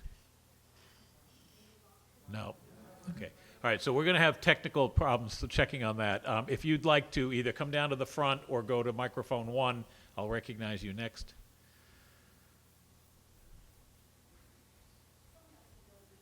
Okay. Meanwhile, I'm going to move on to microphone 3, please, while they work on this. Dan Hurwitz, 3 Little Green Way. I strongly support ranked choice voting, but I would just like to point out, when I read the description, I found it really, really confusing. It sort of read like a problem in a software class, here are the specs, write a program.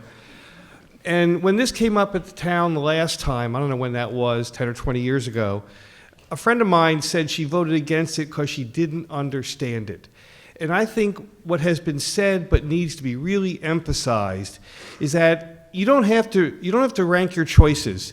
If you're confused, just vote for your favorite candidate, one person, one vote, don't rank the others, and it's exactly the same as it was before. So it doesn't have to be confusing, as long as we have faith that the software is doing the right job in divvying up the votes. Thank you. Thank you. Okay, I'm going to try microphone 2 again, please. Renu Bostwick, 23 Hartford Street, speaking on behalf of Bedford Mothers Out Front. We are an organization committed to creating a livable climate for all children. Our chapter endorses ranked choice voting because it creates a political environment that benefits issue-focused candidates and reduces the spoiler effect common in our current system. Those who care about the climate or any other issue will finally be able to vote sincerely, even for third-party, less popular candidates, without worrying about their vote being wasted and possibly allowing someone they oppose to win. Under ranked choice voting, candidates must appeal to a broader base of voters to get second and third choice rankings, which can lead to more collaborative and issues-based campaigns. It can also encourage more people to run for office. I'm hoping ranked choice voting, adopted by local communities such as ours, will grow the grassroots movement for fairer elections statewide and eventually nationwide. I'm ready for less divisive politics and more civility. Hope you'll vote in favor of ranked choice voting. Thank you. Microphone 4, please. Hold on a sec. Can we get microphone 4 working, please? Try it again. No. One more time, try it. No. Okay, can I try microphone 1? Just stand by, someone will come and help you there. Microphone 1, see if that works, please. Yes, microphone 1. Joe Panadosi, 14 Putnam Road. I've been voting in town elections for the past 49 years, and I can't think of one local election where this would have been helpful. Back in 1989, we had the most contested election in this town. 7 people ran for the position of selectman. There were 2 vacancies. The person that took the top vote got over 50%. That was me. And the person who got the second amount of votes got like 48%.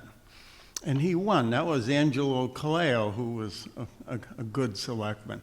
So I don't really see how this would help, and why would we want to take something that's so simple and straightforward, that's worked for the past 250 years, and replace it with this? And just a little history here. Back in 2020, when this came up as for a vote, it was soundly defeated.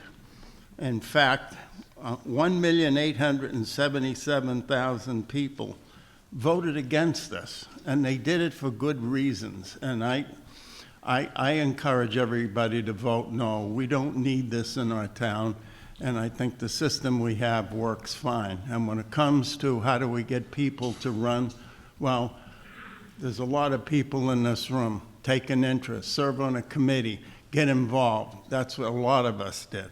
Thank you. Thank you. Let's try microphone. Oh, I'm sorry, Mr. Courier, do you want to respond to that comment? Well, there was a question in there, and the Go ahead. question was, why would someone vote for this? That's too open-ended for me, please. I'd like to move on.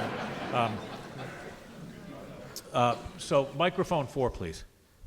Josh Janik, 60 Wildwood Drive. I'm also opposed to ranked choice voting.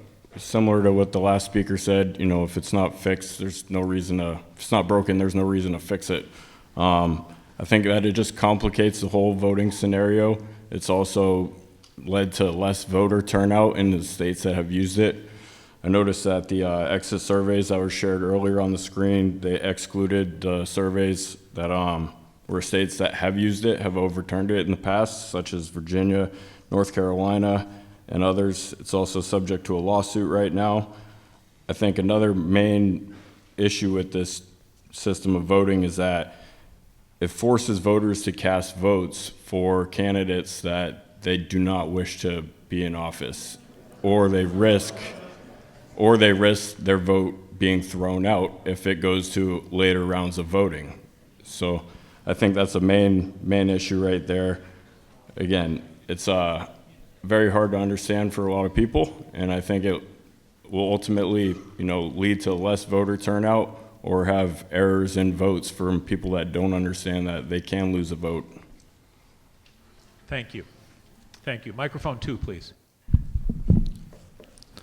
Thank you. Name is Robert Calanteri, 8 Donovan Drive. I'm going to just follow what the previous speaker said. There was no collaboration. I don't know him, but my simple question is, if it's not broken, well, what's broken that we're trying to fix it? The voting system in our country that has been used since its inception is fair and simple. One vote for one candidate, where the candidate with the most vote wins. So the system has worked for all levels of election for the past 250 years. So again, if it's not broken, let's not try to fix it. Changing our town election to rank voting is not good for many reasons. I heard questions today. I can tell people are confused. I'm an educated person. I'm a CEO of a company. I think I am, I know, but I've read about this for state of Maine, and I'm very confused. But I'm going to follow. It has many flaws. It is a complex voting process. The ranking system can be confusing for many voters, potentially leading to mistakes on the ballots. It has the potential for exhausted votes. If voters do not rank enough candidates, their votes may not count in the later rounds, disenfranchising them. It will cause delayed result. Counting ranked choice votes can take longer, leading to delay in, I'm sorry, I don't have my glasses on, in announcing the election outcome. So again, I'm going to repeat, it would require education. Voters need to understand how RCV, ranked choice voting, works to avoid spoiled ballots, necessitating educational efforts. So I'm going to repeat it again. If it's not broken, let's not fix it. So I'm going to ask many of you to join me and vote no on this article. Thank you. Thank you. Okay, I'm going to recognize everyone else that's at the microphones now. So we have 6 more speakers, and then I'm going to close the deliberation and we'll move to a vote. Let's go to microphone 3, please. 7 more, sorry. Daniel Eisenstein, 10 Reeves Road. I'm very strongly in favor of this. This is the reason I came to this meeting. I think that our election system nationwide is desperately broken. We're having extreme levels of gerrymandering, extreme partisanship. And so I think this is one of the few ways that we could reasonably get our way out of this. So I believe that it's probably not super important in Bedford locally, but it's extremely important to start training people that this can work and that this is the way forward nationally. I think the system's actually very simple. It's simply rank in order of your preference. That's very easy. I think that we should be aware that there are very strong forces in this country committed to the party systems and committed to the status quo of the partisanship and the gerrymandering and the control that is going on. You see it in the newspapers. And therefore, when this comes to a vote, I hope, after the legislature approves it, we should expect that there will be a large amount of disinformation trying to muddy the waters, trying to explain how this is confusing, how this is not in your interest, except that it actually is. As usual, there are strong forces that are going to try to convince us for their interests. So I really hope that people will vote yes, and that they will vote yes when this comes around again. Thank you. Microphone 4, please. Kevin Watson, 38 Marion Road. I came back up in order to address some of the concerns that people have brought up with the system. The phrase, if it's not broke, don't fix it, while I generally agree with the phrase itself, I would argue that while we perhaps don't see it in Bedford, we do see it in many other levels of government, both in other towns here in Massachusetts, at the state level and at the national. I would also argue, as the previous speaker did, that it's actually actually a very simple system, ranking candidates in order of preference. So rather than marking a single, a single circle on a ballot, you mark several to show your preference for other candidates besides your first. And as to the argument that people may be disenfranchised when, if they don't fully mark the ballot, then their ballot is thrown out. That's the same that happens right now if you vote for a minority candidate. If there are 3 or more on the ballot and you vote for someone who's not one of the most popular 2, you're essentially throwing your vote. This allows people, if they want, it's not forced, but if they want to rank multiple candidates and allow their vote to continue to matter, even if the candidate that they wanted most doesn't get through. So I just wanted to bring up those rebuttals to the points that have been made. Thank you. Thank you. Microphone 1, please. Jacqueline Stewart, 15 McMahon Road. I want to bring an analogy for the people who are concerned because of the confusing language of the motion itself. Think about how you would define the word "the." If you look in the dictionary, it's a pretty long paragraph, but the word itself is a very simple word. We use it all the time, every single day. That sentence that I just said had it multiple times. In the same way, once we actually get to the ballot, once we actually get there, it's a much simpler process than the way it was explained here. Because for us, we rank it 1 through 4.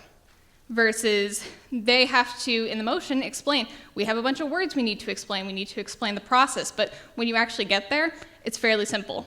I also know that there are a lot of people who are rather upset with the level of extremism that our politics have begun to encourage, because our current voting system really enables that, and ranked choice voting is a great way to allow more moderate candidates to actually succeed, because you need broader support to be able to win.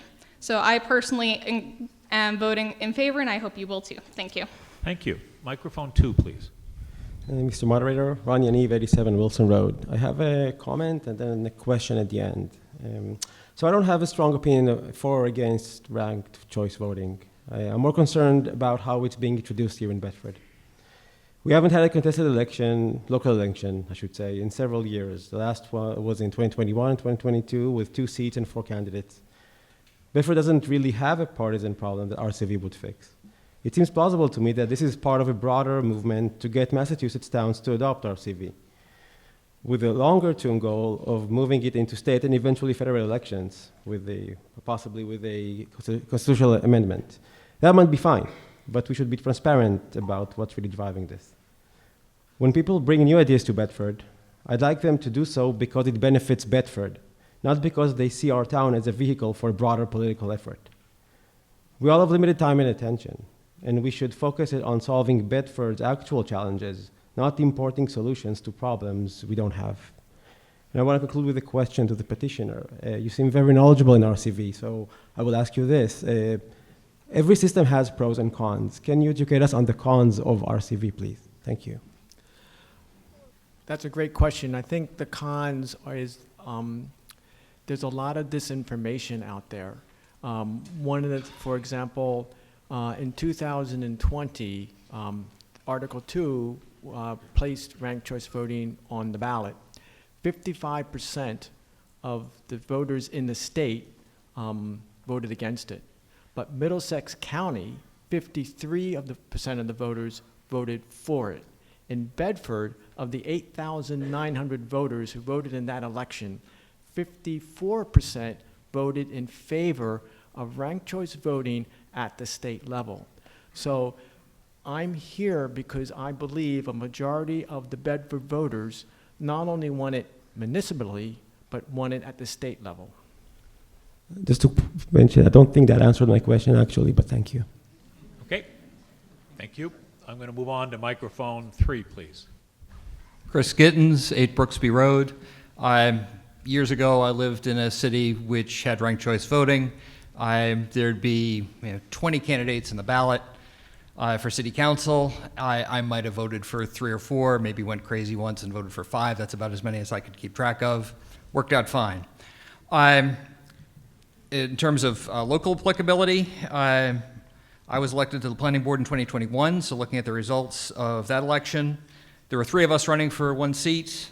There was not enough of a gap between the second and third place candidates that ranked choice would have mattered in the outcome. But also the Board of Health race, there were 4 candidates for 2 seats, and there was a reasonably close distance between the second and third place, so conceivably the 4th place votes could have been reallocated to change the outcome. So I will be ranking for first and against second when we vote later. Thank you. Microphone 4, please. Yakov Mikhailov, 9 Walsh Road.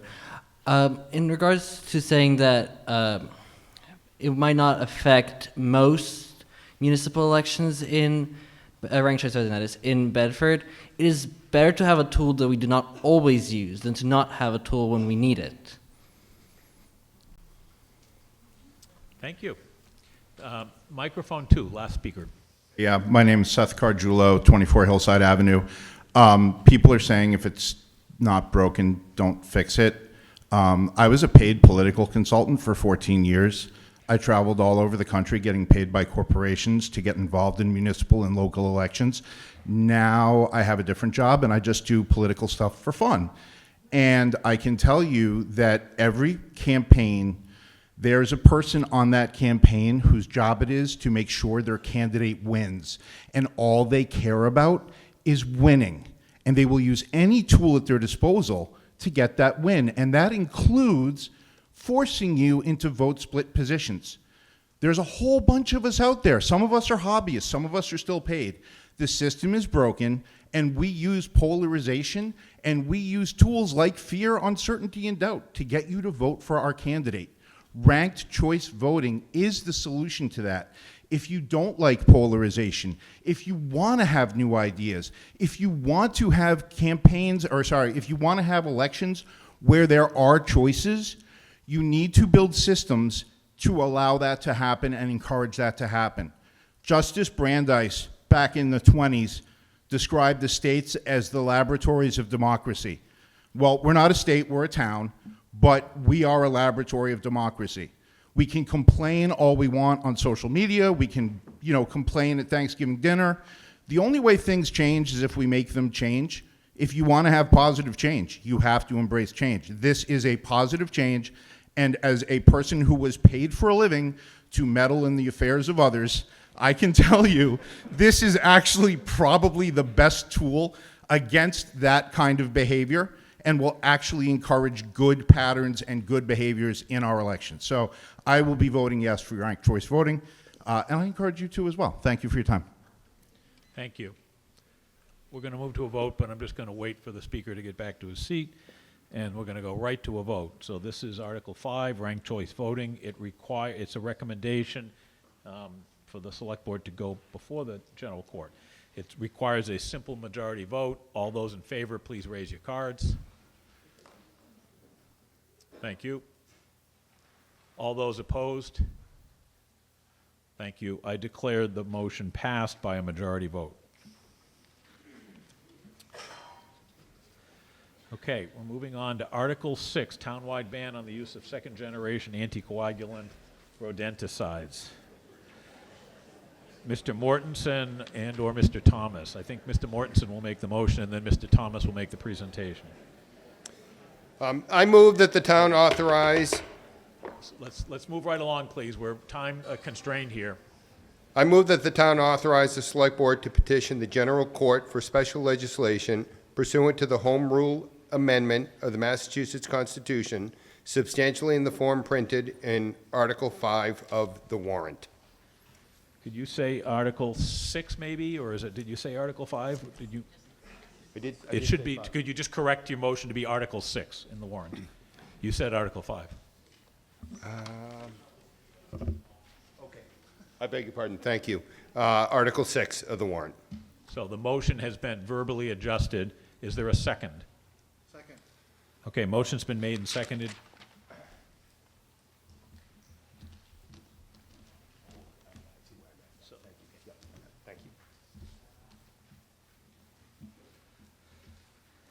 So, Mr. Mortensen, you're going to start with the recommendation. And then, Yes. So, Mr. Moderator, the champion of this article in the next is, in the reason it got on the warrant, is Mr. Ben Thomas. He's the chair of the Finance Committee, but he brought this forward as an individual. In that capacity, I ask that he present the explanation. Please, Mr. Thomas. Oh, and I will add, the Select Board recommends this. Thank you. And now for something completely different. I can do this in one sentence, but there's some details I'd like to share with you. One sentence is, certainly we can get behind the indiscriminate killing of the animals we live with in this town. Probably should be put to an end.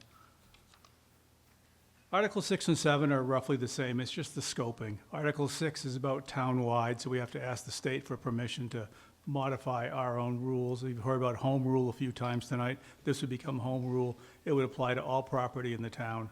7 is more specifically town-owned only property, and the Select Board controls that. And we make a bylaw change for that. So let me get going through this. Where did this disappear to? So what's going on here? There's something called an SGAR, which is an acronym for Second Generation Anticoagulant Rodenticide. They bleed to death. It's rat poison. There are 2 related articles, as I mentioned, to cover private and town-owned property, and there's different mechanisms by how we can put them into effect and into law, and that's what the different articles are about. We're not the only people doing this. There was just a giant meeting at the State House to do this statewide. This has happened before with the State House. The State House sometimes can't get its act together very quickly, so we're pushing here to get the way things ought to be working instantiated in Bedford law. SGARs have a really broad effect on wildlife and the environment. Birds of prey, hawks, owls, eagles, things you actually see in this town accumulate high levels of poison quickly when they're eating little rodents, squirrels, chipmunks, mice, voles. Large mammals are also affected. Foxes, bobcats, coyotes, etc., also things that are seen in town. These are all being poisoned. A little bit more on SGARs.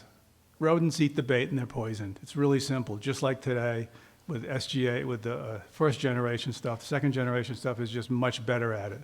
The poison weakens the animal. It can take up to 10 days for them to die. And in the meantime, they're weakened and they're easier for the predators to attack and kill. Anything that eats a poisoned animal is also affected and will die. The poison works both ways in terms of up the food chain as well as killing multiple beneficial species. I put a little diagram I got from a website on there. It's just amazing the scope of destruction that these SGARs leave behind. There are alternatives. One of them is called, I've forgotten the name of it now. There's too many acronyms for this, but there are other ways such as rodent proofing buildings, maintaining a clean environment, setting snap traps. We can control rodent populations without resorting to dangerous poisons. The town of Bedford, actually it's Integrated Pest Management, IPM. The town of Bedford, I checked with the facilities and the DPW, they use IPM to take care of rodents. They don't use SGARs. In taking this proposed action, the town would encourage the adoption of safer, more sustainable practices and align itself with other municipalities across the state, Lexington, Concord, Arlington, Billerica, Lowell, Boston. This list goes on, who are already moving in this direction or have already moved. A ban on SGARs would send a clear message that we are committed to creating a safe and responsible environment. One thing I get asked is, gee, does this really happen? I said, yeah, it really happens. So I put a damage done slide in there. Every year, the New England Wildlife Center treats hundreds of raptors, big birds, foxes and coyotes for poisoning each year. Local wildlife rehabilitators see many cases of this and write about it all the time. I've seen pictures that are just heartbreaking.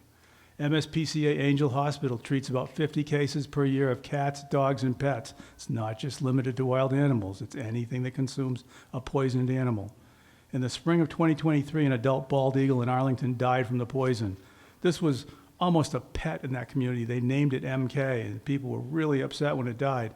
This stuff is indiscriminate, and it's not a good thing. It's a few additional studies.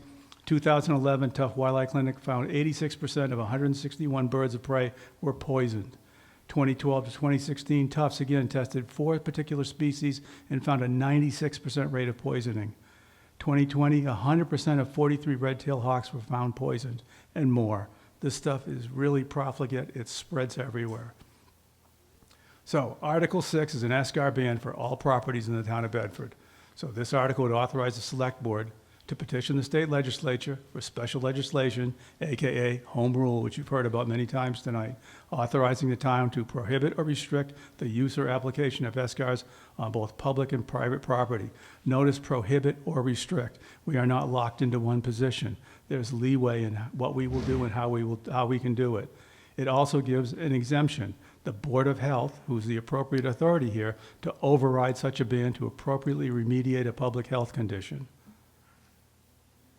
Article 7, this is the ban on town property, and this is, as I mentioned earlier, this is under the purview of the Select Board, and it affects town-owned property. And again, it has the same ability of the Board of Health to moderate and decide if there's a really big problem. We could use SCARs if there's an escape hatch. There's no one-way roads here. Who else is on this path? So as of June 10th, 2025, just a few months ago, there were 92 communities were organizing. 42 towns and cities have reduced the use. Boston, Worcester, Lowell included. 18 towns and cities have, or soon will have, filed home rule petitions, which gives them the authority to set the law for the town.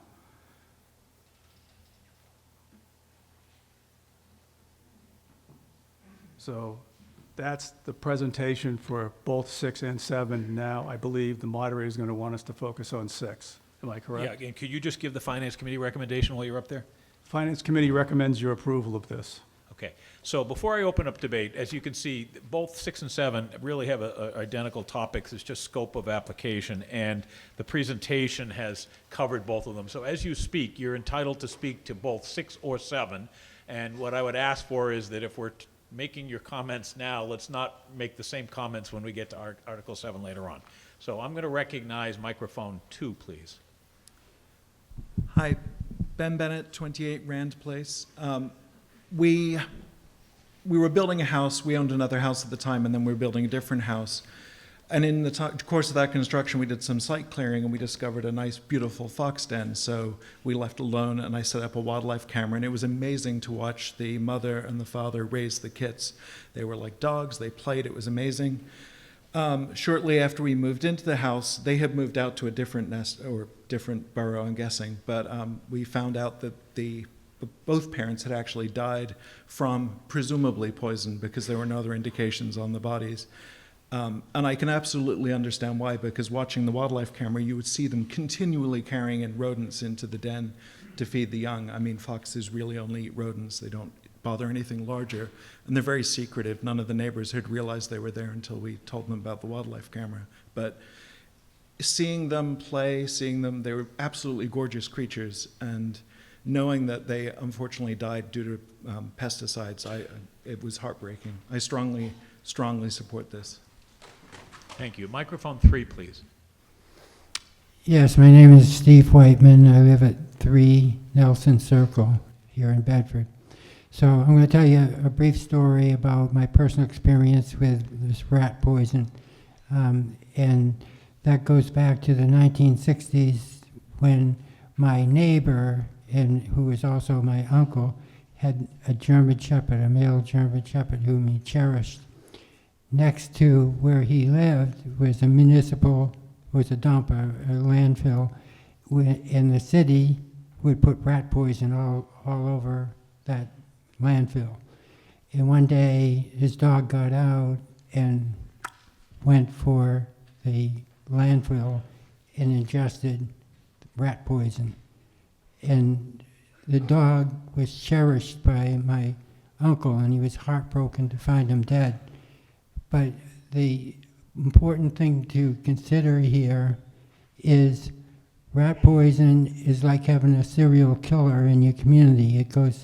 It's indiscriminate, and once it's active, then it sets off a whole chain of events, as has already been alluded to.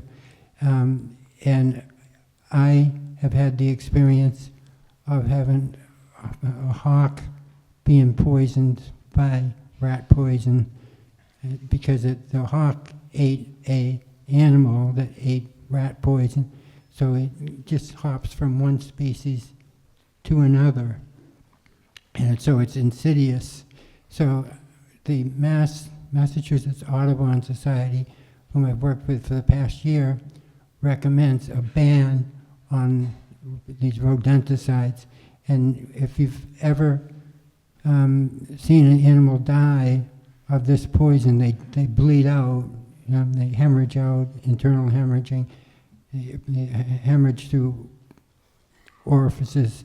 But so it's a horrible stuff, and it's time that we ban it so it doesn't continue to harm our environment, kill our pets, and so it's time is nigh to do just that, to ban the rodenticides. Thank you. Microphone 4, please. Karen Wilson, 6 Bandera Drive. I'd like to share how we eliminated mice from our home without use of dangerous poisons. Many years ago, we noticed mouse droppings in our unfinished basement, so we consulted a pest control company. I was disappointed that all they had to offer were poison bait stations, because I knew that poisoned mice could kill birds of prey that might eat the poisoned mice. When I asked if they could seal up the access points instead, I was told that wasn't possible since mice can enter through tiny openings, and there was no way to eliminate all the openings. Sometime later, when we had a home energy assessment, we had no idea that this would help solve our mouse problem without use of poisons. One of the recommendations of our energy assessment was to insulate and air seal the rim joists, which we did. As a result, we no longer have mice, and our home is more energy efficient and comfortable. Please join me in voting yes on warrant Articles 6 and 7. Thank you. Thank you. Microphone 3, please. Hi, I'm Bea Brunkhorst. I live at 135 Page Road. I'm representing the Board of Health. The Board of Health recommends passage of Articles 6 and 7 because they seek to ban the use of second-generation anticoagulant rodenticides, or SCARs, with exceptions, and ultimately reduce risks to public health and wildlife ecology. Public health and ecological risks include child poisoning. Despite restrictions on over-the-counter sales, accidental child poisonings still occur, often among low-income children in rental housing where landlords or pest control companies use SCARs. Allergen exposure. Poisoned rodents often die inside building walls and inaccessible spaces. As they decompose, they release allergens and foul odors that can trigger asthma, especially in low-income communities. Increased disease risk. Some advocates claim that SCAR use can increase disease risk by driving parasites like fleas off dying rodents and toward new hosts like pets and humans. Ineffective long-term solution. SCARs provide only a temporary fix for rodent problems. A complete ban would encourage landlords and pest control companies to invest in more sustainable long-term solutions such as rodent exclusion and integrated pest management like Microphone 4 speaker just described. Dangers to wildlife, as we talked about a lot, SCARs poisons coyotes, hawks, bobcats, and foxes. We need to manage our rodent populations. The poison wreaks havoc on their immune systems and delays their blood from clotting for 2 minutes to several days. As we also realize that emergencies do happen, so therefore, Board of Health supports the inclusion of an exemption for SCAR use at a time of a part of a future bylaw should a public health emergency or infestation warrant their use. Please vote in favor of these articles so Bedford can join our neighbors in Lexington, Concord, Arlington, Belmont, Lowell, Brookline, Newton, Newbury, Orleans, Salem, and Provincetown in protecting ourselves and our environment from SCARs. Thank you. Thank you. Okay, we're going to move to a vote now. We're back to just Article 6. It's been moved and seconded, and it requires a simple majority vote. I'm going to wait for the speaker to sit down, and then we're going to raise our cards. All those in favor of Article 6? Thank you. All those opposed? Okay, I declare the motion passed unanimously. Okay, now we're going to move on to Article 7, which hopefully is expedited. Mr. Mortensen?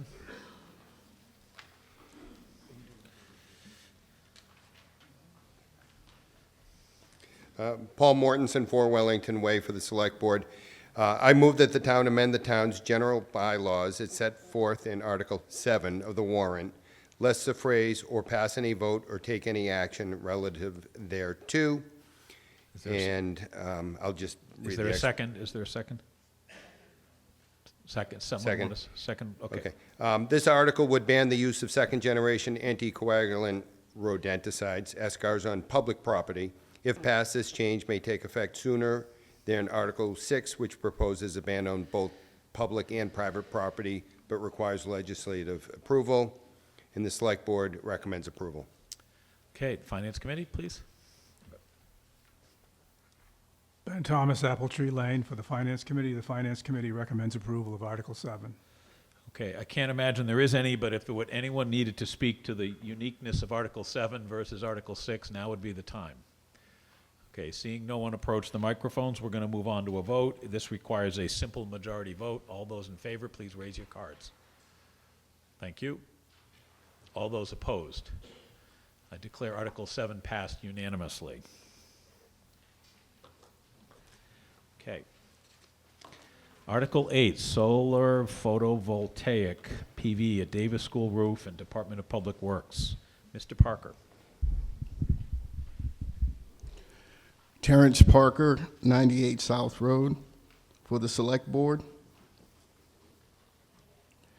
I move that the town appropriate a sum not to exceed $900,000 to pay the cost of installing solar panels on portions of the roof at Davis School and at the Department of Public Works facility, including the payment of all costs incidental and related thereto, and that meet this appropriation. The town treasurer, with the approval of the Select Board, is authorized to borrow said amount pursuant to Mass General Laws, Chapter 44, Section 7, Paragraph 1, or any other enabling authority, and to issue bonds or notes of the town therefore. The amount appropriated by this vote shall be expended under the general supervision of the town manager and the department head for which the sums have been appropriated. Is there a second? Second. Thank you. Okay, the motion's been made and seconded. Mr. Parker, please present the explanation.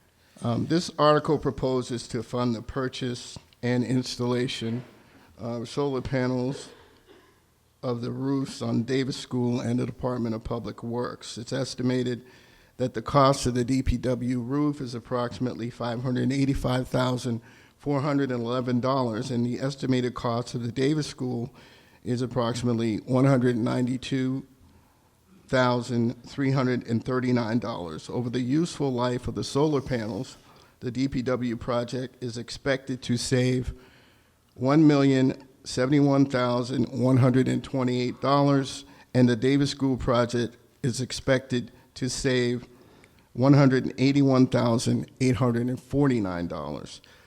The savings in utility billing should offset the cost of the debt service for these projects. The Select Board and the Capital Finance Committee recommends approval. Thank you. Does the Finance Committee have a recommendation, please? Ben Thomas, Appletree Lane for the Finance Committee. The Finance Committee recommends your approval of this article. Thank you. And sorry, Mr. Parker, did you make the recommendation for Capital Expenditures Committee already? Did you include that previously? I did. Yeah, thank you. Okay. Do you have any further presentation? Nope. Okay. So we're going to open this up to speakers. Please approach a microphone. I'm going to recognize microphone 2, please. Lucille Wilson, 50 Hancock Street. Could you verify a rumor? I heard that the roofs of these two buildings cannot support the weight of this. That's a question, Mr. Parker. Do you take a shot at it? Certainly. My understanding is that a portion of the Davis School roof would be selected for the solar paneling, and that's the newer portion, the portion that was built in 2018. And my understanding is that the DPW roof is a solid roof and can withhold the weight of solar panels. Thank you.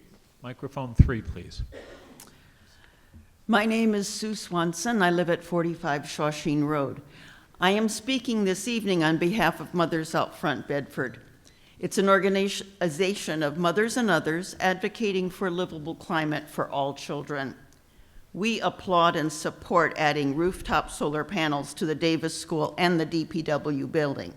Going forward, we will need also to install rooftop solar panels at the time of roof replacement for all other town-owned buildings. Generating cheap, renewable electricity on site will save the town money. Maximizing solar energy production on site will also make it affordable for us to phase out fossil fuels in our buildings, thereby reducing the greenhouse gas emissions that threaten us and our children's climate. Over 275 Bedford residents signed our petitions to put rooftop solar panels on town buildings earlier this year. Please join them and the Bedford chapter of Mothers Out Front in voting yes on warrant article number 8. Thank you. Thank you. Microphone 4, please. No, okay, so microphone 1, please. Joe Pianadosi, 14 Putnam Road. I was at the select board meeting when this was proposed, and as a result of that, I wrote a very detailed 2-page letter to the town and school officials pointing out serious problems with this, and I speak from 45 years experience managing millions of square feet of buildings and also as an energy consultant. And I want to point some of the reasons out for this. Roof-mounted solar panels can create serious problems and even dangerous situations. It's critical to understand that solar panels are always energized when exposed to sunlight, and when the sun goes down, a shock hazard may still exist due to the artificial light sources. Now, here are some of the major issues that I've had personal experience with. Snow problems.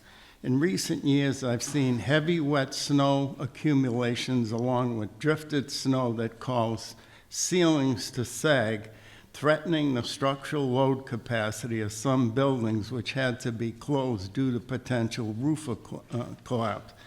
This included several school buildings that I managed, and also happened in Bedford based on a conversation I had with facilities. In these situations, it would be difficult, if not impossible, to do this on a roof covered with solar panels that also tend to create more snow drifting in these areas. While past few winters have been mild and the likelihood of blizzards with heavy wet snow in our area is now higher due to climate change, and I provided a weather reference on this where that was stated. Another major issue is roof leaks. Solar panel structures, support systems, often require penetration into roof membranes to anchor them to the roof structure. Every new penetration creates a potential roof leak, which is not uncommon with these situations. Correcting these leaks can be very costly due to the risk of electrical shock to roofing workers and require a licensed electrical contractors to disconnect them. There's also the issue of employee and contractor safety, and I gave them a whole list of that showing when technicians have to work on the roof and they're around these systems, there is a potential shock hazard. Fires. While the incident of solar panel fires are rare, there have been a number of them in Massachusetts, and one I was familiar with, which was the McDivitt Middle School in Waltham, where the solar panels started a fire. And solar panels make it difficult and dangerous for firefighters, even when the source of the fire is not the solar panels. Lastly, lifespans on roofs and solar PV systems. Typically, lifespans of new roof systems that were installed property is approximately 25 years. At that point, the solar panel supporting structures will have to be removed to install a new roof and likely decommissioned, since the useful life of solar panels is approximately 25 to 30 years. At that point, these panels have to be disposed of as hazardous waste and will substantially increase the cost of roof replacements. In summary, I'm not opposed to solar energy, but I have major reservations putting these on rooftop, especially flat roofs. And I think that when you take into consideration some of the things that I brought up, that these savings that we're talking about may not materialize, and we could see some serious problems. So I'm going to vote no on this because I think solar panels don't belong on roofs. There are other better places to put them where you don't have these problems. Thank you. Microphone 3, please. Stephen Steele, 7 Jeffrey Circle. I have a couple of questions. The first question is, are all our energy needs produced by renewable energy, electricity, the town? So, Mr. Parker, do you want to at least man the podium and then get help with the answers? Or Mr. Hanson can speak directly, please. Yeah. All right. Let me do it. I would ask the moderator to recognize the town manager to answer that Town manager question. is recognized. That's been our practice recently, and I will always do that. Please. So Massachusetts requires a minimum amount of renewable energy in their general load. In our particular contracts that we use for municipal buildings, we purchase green up energy through solar renewable energy credits, which basically means that the renewable energy, in our case particularly wind and solar, could be produced pretty much anywhere in the country, and then we're essentially buying that credit, where our load just comes from wherever the load really comes from. So we use the SREC process. Thank you. So basically, our electricity is basically all renewable at this point, just using credits versus paying. That's accurate. Okay. So I have a second question is, I think I saw in material that the debt service is going to be offset by the savings. That is correct. So if we're already 100% non-renewable, why do we need solar panels if we're offsetting the debt service? We didn't have to spend the money for the debt service. We don't have them. So where's the savings? Sure. So right now we are purchasing all of our electricity and paying a small premium to make sure it is 100% renewable. So we are going to be going from the SREC process to producing our own electricity. So we won't be paying a supplier anymore unless there's some delta between what we produce. So our actual Eversource bills are going to go down, and that delta will pay for the debt service. So we're basically back to square one for the most part. Our energy savings is going to be offset by the debt service. Correct. So we're net zero. No, the return on investment that you saw in there between 5 and 7 years, depending on the project, is when the payoff will be done. At that point, the town is essentially making money versus where we would be if we were still with Eversource and didn't have any solar panels. So the return on investment point is where we've basically paid off through our savings the cost of the systems. And the solar panels are expected to survive 20 years. They have a 20-year life expectancy. And the return on investment is only 5 to 7 years. So how long is the debt service? You said 5 to 7. Is that? We haven't determined the exact borrowing term. I discussed that with the finance director. But specifically just the amount of energy that these panels will produce and the cost of that energy, if we were to buy it from the grid, we can calculate the return on investment, which is a little separate from the actual debt service. Whether we do debt service for 10 or 20 years, the return on investment is still fixed. Okay. Another question regarding the roof replacement. So do any of these roofs need to be replaced prior to installing the solar panels? No. Okay, thank you. Thank you. I'm going to go to microphone 2 this time. Jerry, thank you. Jerry Pfeffer, 28 Battle Flag Road. I'm just trying to do the math on this. Personally, I like the idea of the solar panels, but the two cost items are $585,000 and change and $192,000 and change. If you add those together, you get $778,000 roughly. Yet we're moving an appropriation of $900,000. Why so much more than what the costs are that you're estimating? I'm going to ask Mr. Parker to take a shot unless you need some assistance. It's contingency based. The 900,000 just gives us room to purchase these. These costs are estimated costs. May I just make a comment on that? Please, yes. That may be true, and I understand that because you're only going to borrow what you really need. But it could affect the cost benefit. For example, looking at Davis, it's almost a wash. And if it costs really more than what you're going to save, the only real benefit is environmental concerns, and you're willing to pay extra for that. The one for the DPW building is different. That does seem to be a real savings. But anyway, thank you. Good. Microphone 1, please. Keenan Rawls, 2 Fox Run Road. I have a simple question, and want to state up front that I am all in favor of this process. My question is, does this include any battery storage for any excess energy that's generated? No, it does not. Thank you. Microphone 3, please.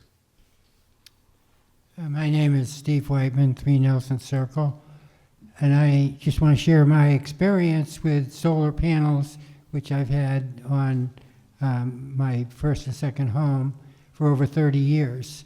I have had no leaks. I haven't had to deinstall a single panel. It provides more than 100% of our energy. Right here in Bedford, we have 20 panels down in our home on Huckins Farm, and we actually get paid back for having that solar energy. And we have no battery storage system. The excess goes back into the grid, and it's banked in the grid. So what I heard earlier about solar panels, I don't know where that comes from, because we've had no problems at all. Over 30 years of using solar panels on our roofs. So I'm very much in favor of this. It's clean energy, it's quiet energy, and it's a responsibility that we all have, and we should support solar panels on the Davis School and on the DPW. Thank you. Thank you. Microphone 4, please. Karen Wilson, 6 Bandera Drive. I'd like to address a couple of misconceptions that I have heard this evening. One was the use of the term net zero. Net zero electricity or energy, or in this context, means that the energy is generated on site, and we are obligated to meet state demands, and to do this, we need to reach net zero by 2050 for all of our buildings, and the only way to do that is to have on-site energy generation. Also, some of the concerns earlier about the fire hazards and so forth, I think are substantially less worrisome in 2025 than they were years ago. There are kill switches on the exterior of the building so that there's the system can be powered down immediately by the first person on the scene. So I believe there were some other misconceptions as well that I don't recall at the moment. Thank you. Thank you. I'm going to recognize the last 3 speakers that are at the microphone. Mr. Parker is going to give a response, and then the last 3 speakers at the microphone, and then we're going to move to a vote. Go ahead, Mr. Parker, please. I just wanted to address some of the comments that were made because they addressed issues that were raised earlier by someone in the audience who mentioned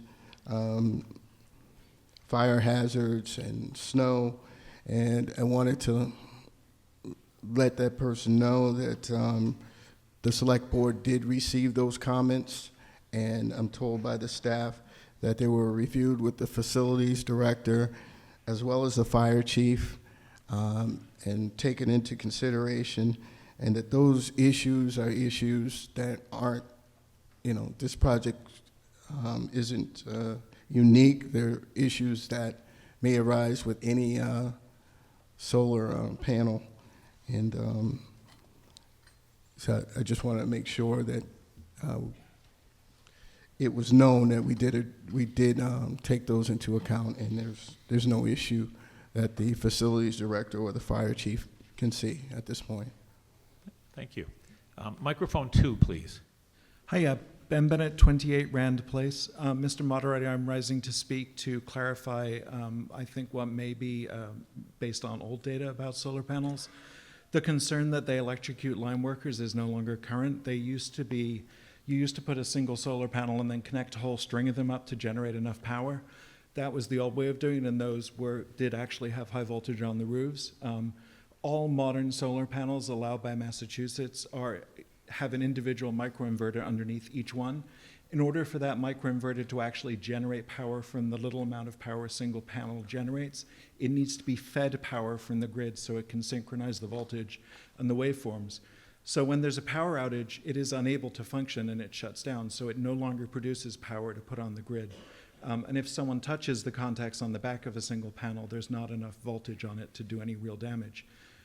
So the fire risks of all the modern systems is far, far less than anything that used to be the way old solar panels were wired. Thank you. Thank you. Microphone 1, please. Good evening, Bob Fagan, 29 Bon Air Avenue. I'm a mechanical engineer by training, and my job has a lot to do with renewable energy. But I'm just speaking here tonight on behalf of the article, which I hope everybody votes for. First of all, roofs are the perfect place for solar panels, and there's about 5,000 or 5,500 megawatts of solar panels on roofs in Massachusetts. That's more than 5 million kilowatts. So there's a lot of households in Massachusetts who have already realized that roofs are the perfect place for solar panels. The economics are clear. It's savings $1.25 million, costs on the order of $800,000. Even if it wasn't economically beneficial, which it is, the environmental benefits are way more than worth it, and we certainly should have paid. But fortunately, we don't have to. It's a net benefit. So it pays for itself. All of this solar will reduce the production of fossil fueled energy. Basically, natural gas is the marginal fuel in New England, so anybody who adds a solar panel to their house, what happens system-wide is that you end up having a reduction in the amount of fossil fuel that's used to generate electricity that otherwise would be needed but for the panels. 5,000 megawatts. Massachusetts contractors, New England contractors know how to do this. Even though they work in cold climates, they know how to put them up safely. And as Mr. Parker indicated, the town knows what it's doing, or the contractor knows what they're doing in this case. Please vote for this article. Thank you. Microphone 2, please. Rich Madison, 29 Fox Run Road. So if I understand the numbers right, the panels on the DPW cost $500,000, save us $1 million, which sounds like a really good investment. The panels on the school cost $190,000 and save us $180,000. So we're paying $10,000 on that. If I thought maybe we were paying that money in exchange for green power, but then I thought I understood the town manager to say it's already got green power. Is there an additional benefit that we haven't talked about yet, or did I misunderstand numbers maybe? Hold on a second. I'm going to look at Mr. Parker first, and then town manager. Well, I would like to point out that the numbers that were given are assuming that the town is not going to get 30% credit from the federal government that's being phased out, but there is, certainly a possibility of getting that credit, at least for now. So,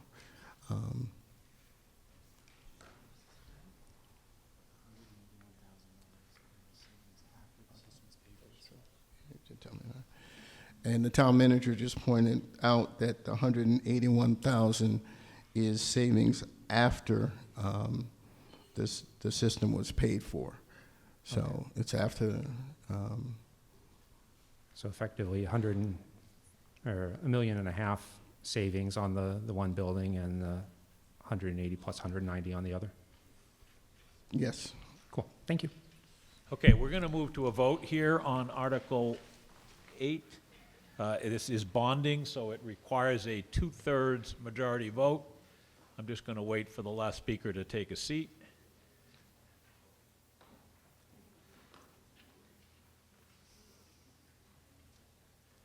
Okay, all those in favor of Article 8, please raise your cards. Thank you. All those opposed? Thank you. I declare the motion passed by a 2/3 majority vote. Okay, Article 9, Fund IAFF Collective Bargaining Agreement. Ms. Malone.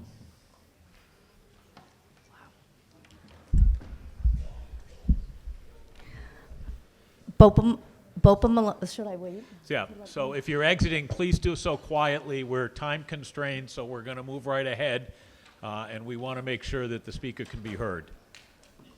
You like me to go? Yeah, let's wait. We're going to wait just another 30 seconds. Okay.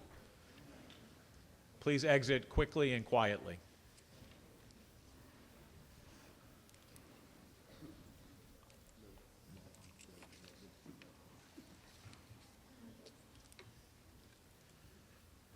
Okay, why don't you start?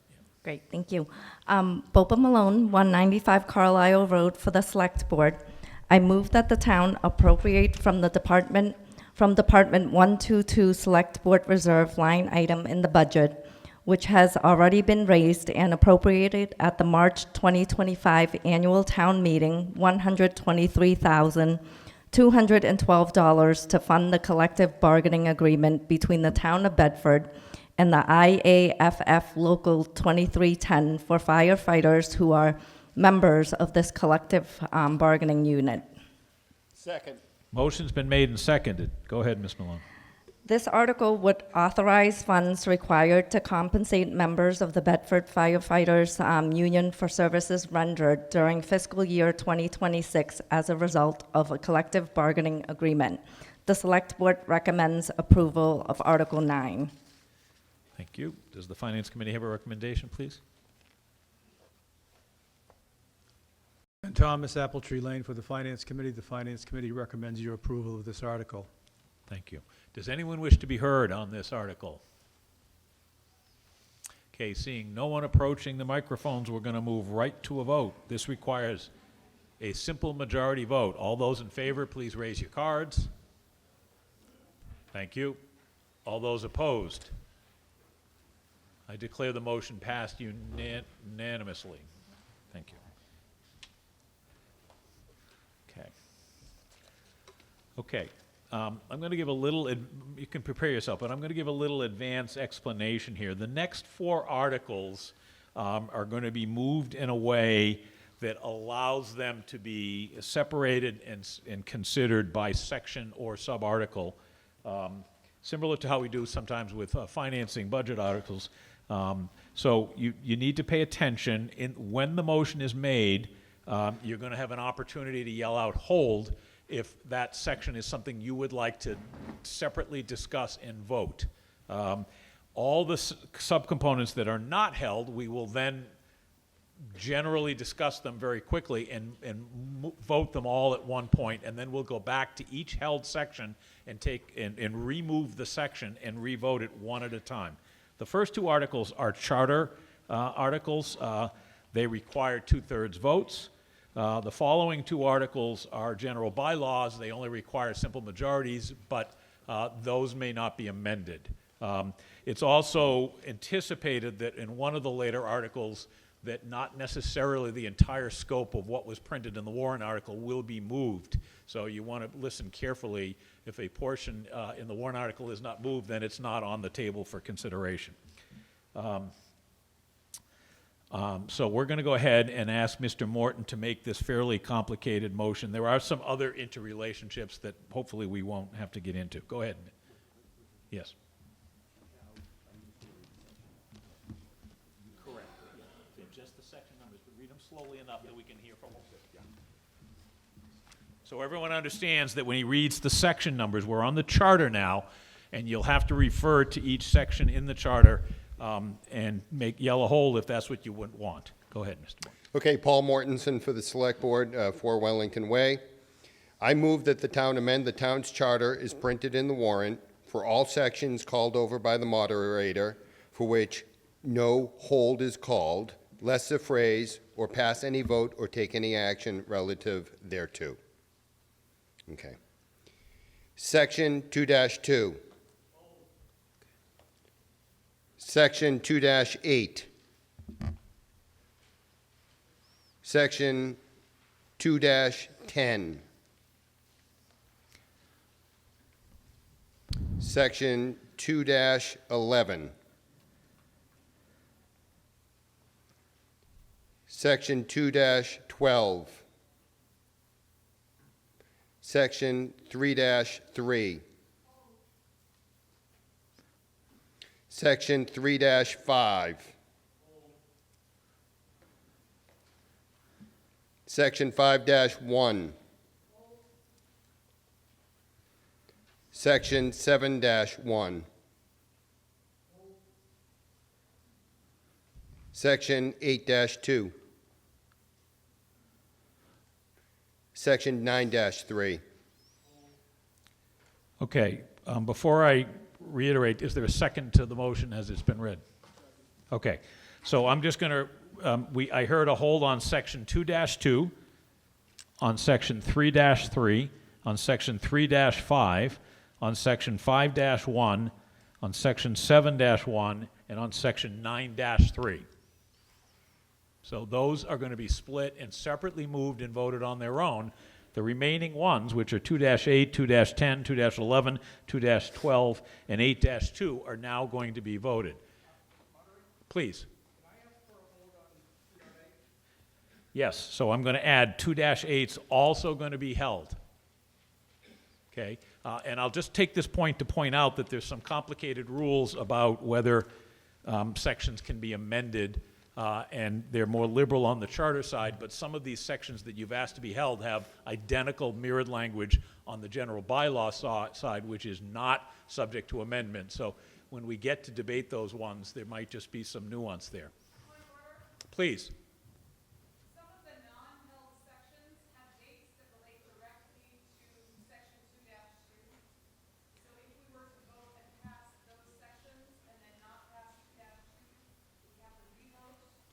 So that's a good point, and I haven't noticed that, but I have noticed that this correlation between these sections and the ones coming up in the general bylaw amendment as well.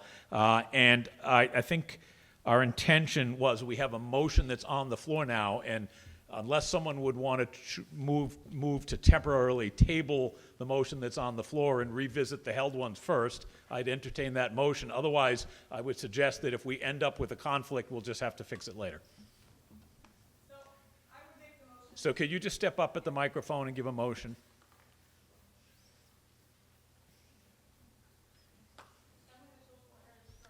Can we have microphone 2, please? Emily Mitchell, 4 Heritage Drive. I move that we table the motion currently on the floor and instead take up the motions that were held first. Okay. So I have a motion and a second. This is called lay on the table, and it's really just saying that we're going to now move the motions that we held before we revisit this one. This does require a 2/3 vote, but let's just see if you all agree. Everyone in favor of tabling the motion that's on the floor of the unheld items, please raise your cards. Thank you. Anyone opposed? Thank you. Okay, so I declare that vote passed 2/3 majority. So we're going to now table the motion and go back to the ones that are held, and we're going to ask Mr. Mortensen to remove those one at a time, and we'll deliberate each of them and dispose of each of them. So I think you're at section 2-2, Mr. Morton. And just make them, I move that we... The bottom part of your motion sheet has a section, motions called on the held items. There's a little template there. Okay. If you could just...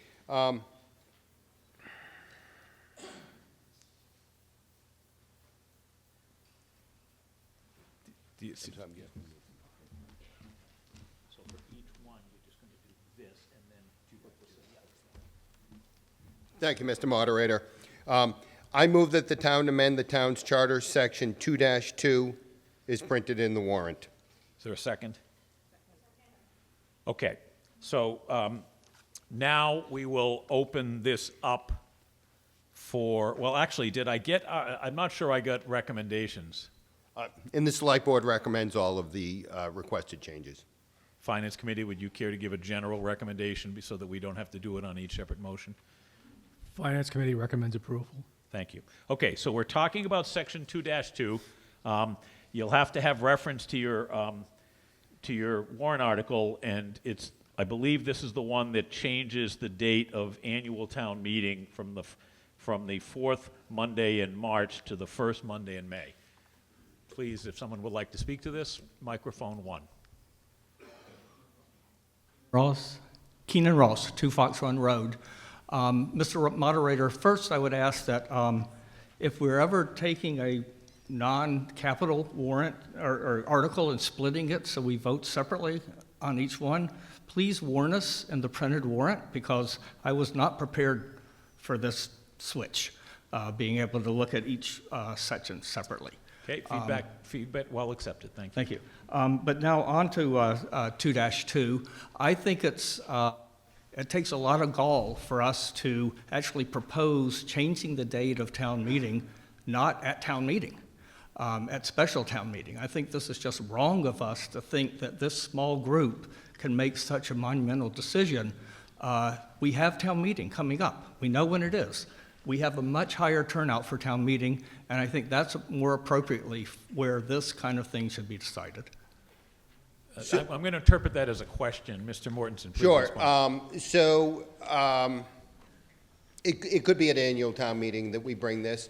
The thinking was, let's bring it at special town meeting, and that way we can tee it up for the charter changes require a general election vote, so that we could get the general election vote this coming March.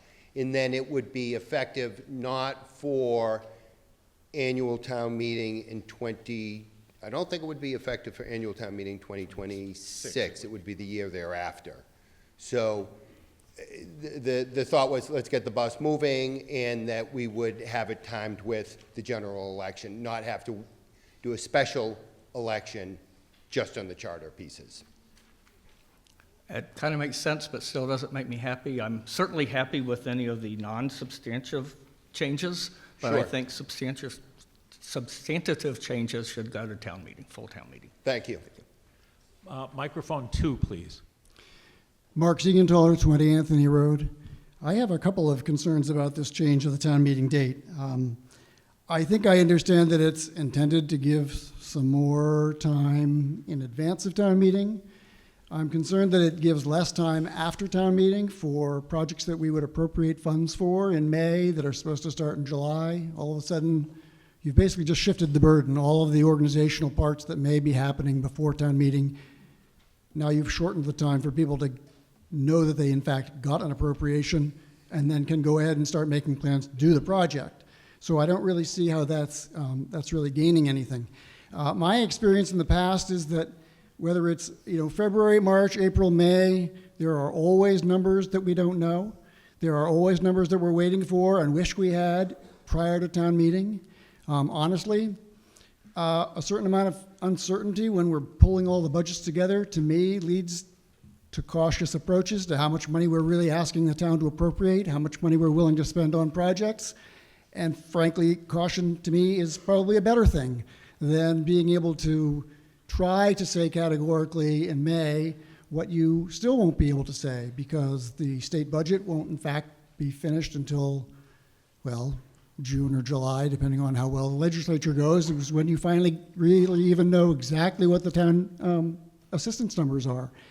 So I don't really see why this is necessary. I believe that it's really going to disrupt the flow of everything that's going on in town and all of the patterns we have. We've been through this in past years about whether it had to do with attendance or not. I understand that this isn't based on attendance, but it's going to be the same way. People don't like to come out in lousy weather in the dark in April, and people don't like to come out in nice weather in May either. So if you're coming to town meeting, you're going to have to come to town meeting one way or the other. But personally, I don't believe that this change is necessary. Thank you. May I respond one item? on Please. that? Which is, thank you for those comments, well taken. In terms of affecting projects that would be approved at town meetings, that is not something that that was fleshed out by, for example, staff, or flushed out by staff.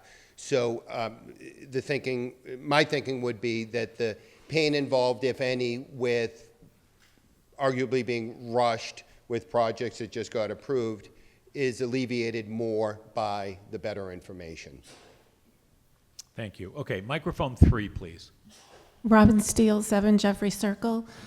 I'm assuming, and you can confirm this, that this is to help with the budget process because you don't feel there's enough time to do it, and this helps get it more on a better timeline?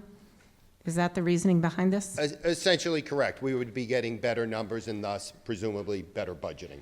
Have you discussed it with a lot of the stakeholders, like the schools and all of those people? Because March doesn't tend to be that busy of a month, but when you get into May, you have a lot of stuff going on that, you know, now you're out for a couple of nights at town meeting, you've got a graduation, you've got prom, you've got all of that stuff. It's a much, much busier time to be doing that. Have you gone through this with all the stakeholders? So we had the answer is yes. We had a school committee member on the Charter and Bylaw Committee, and planning board member, and certainly who else? Planning board, etc. Finance Committee. Thank you, Lucille. May I just take a quick diversion? By the way, you mentioned, you know, did we run it by? I was very remiss in just not reading who was on the Charter and Bylaw. So all of them were A+ All-Stars. Armin Zilligan, Erin Rathy, Lucille Wilson, Brad Morrison from the school committee, Dave Powell himself, Chris Gittens from the planning board, and then myself. So thank you, Robin. Thank you. So Robin, were you finished? You don't need a follow-up. Thank you. Okay, I'm going to recognize microphone 2, please. Hello, Jerry Pfeffer, 28 Battle Flag Road. Qualify this comment by the fact that I haven't looked at the town charter in probably 15 or 20 years. So, but I remember there used to be a correlation when you talked about annual town meeting between the election of town officers and then the election, and then this meeting that we have here, which we usually call annual town meeting. And I thought the two of them were collectively talked about as annual town meeting, but just in 2 parts. Is this of course is only talking about our convening into this audience. But what about the other part with the general town election? Does that now have a different term that's described for it? Or is it somehow still correlated? I'm going to take a crack at this. In Massachusetts town meeting law, some towns actually convene both a town meeting and a town election concurrently in the same warrant. And people show up to elect their officers and then conduct the rest of the business. Many towns, and Bedford is one of these, actually issues a separate warrant for town election, and it's scheduled separately. I believe that might be on the agenda later. So in Bedford, these are separate. The town meeting and town election are 2 separate things. Now, the timing between the 2 might be more of a procedural question, and you should redirect your question to Mr. Mortensen. That is my question. I thought there was a correlation between the 2, so many weeks or so between the election and the annual town meeting, which, you know, we have here in the auditorium. Has that been addressed in the last 15 or 20 years, because I haven't looked at it that long, or what? So I'm not sure if a correlation has been discussed in the last 15 years, but in our committee, we first jumped on the proposal on the annual town meeting. Subsequent to that, we talked about possibly changing, or we recommend the change of the annual town meeting to, annual election for town officers. We moved that up as well, thinking that they should be closer in time and not so far apart. Okay, and Lucille was trying to point something out to me. Yes. 7 point. Yeah. 7. Anyway, it's probably addressed somewhere else, maybe in the bylaw. No, 7-1 of the charter. Annual town election shall be held on the first Saturday of. Okay, so that's how it's correlated. Thank you. Yep. And so we will discuss that shortly, because that one's held as well. Thank you. Okay, seeing no more questions, now we're going to take a vote on section 2-2, which is the change of town meeting date all of these charter amendments do require a two-thirds majority vote, and as Mr. Mortensen pointed out, that's just the first step. Then they would have to go for a town election. All those in favor of Section 2-2 change, please raise your cards. Thank you. All those opposed? That's too close for me to call. I'm going to suggest that we need a counted vote on this. And so we have a couple of tellers. I feel like the crowd's not as large as it used to be, but with what we have. Okay, so I'm going to ask the tellers to try to conduct this. And when they indicate they're ready, I'm going to ask you then to raise your cards as they go up and down the aisle.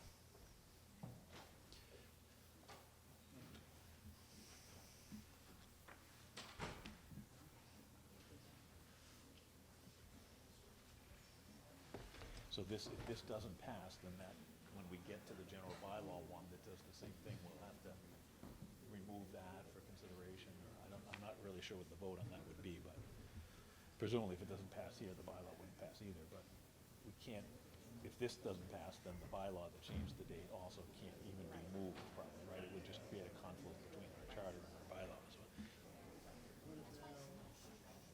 What's that?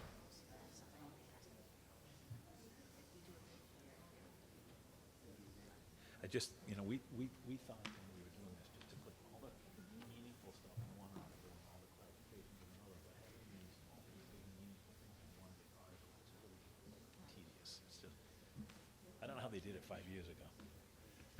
Okay, are we ready for, to tabulate? Kelly, you just tell me when you're ready.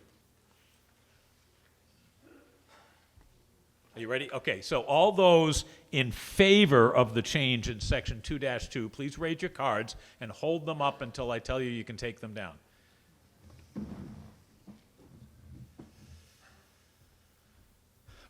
Or if your counter tells you she's counted your section, then you're all set.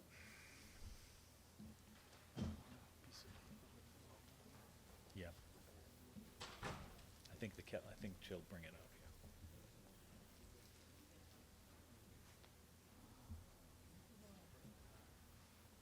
You can vote if you want.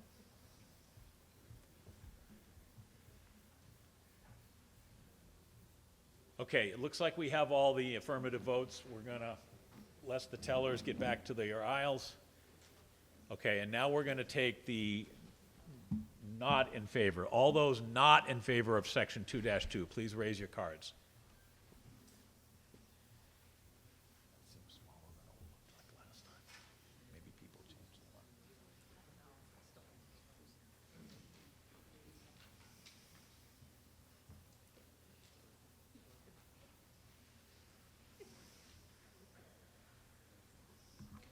To have my cheat sheet, or can you help me with the math?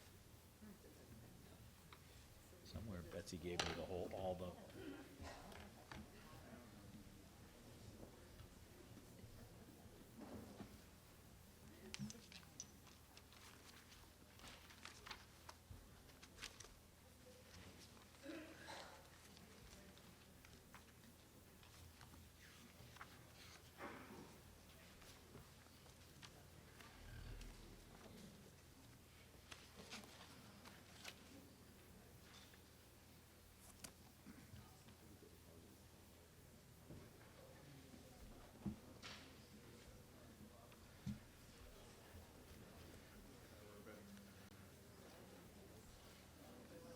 I think you can just take the affirmative votes divided by the total number of votes, right? Doesn't that give you the percentage? You're just looking for a percentage.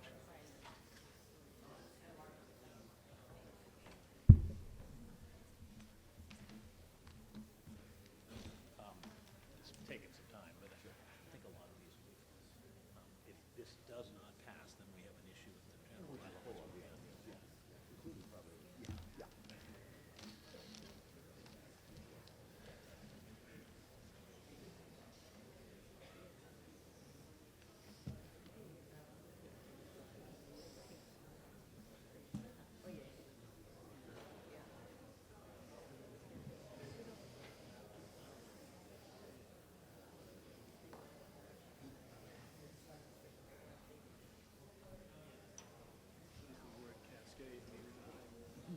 That's what we were talking about.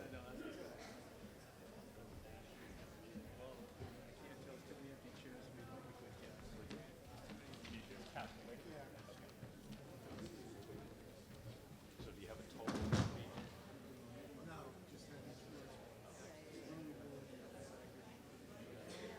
Just get the two total negatives, add the two together, and then total divide the affirmative. I think that gives you something.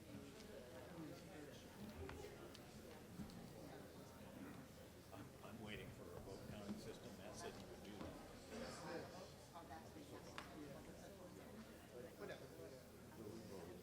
Has to pass town election.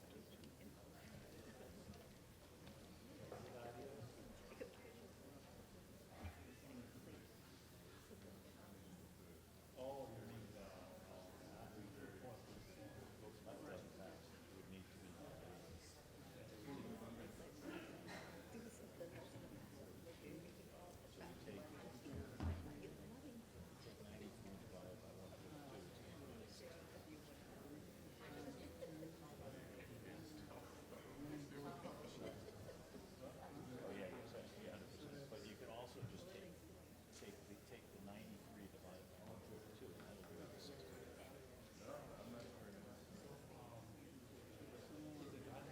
So 65 just falls short.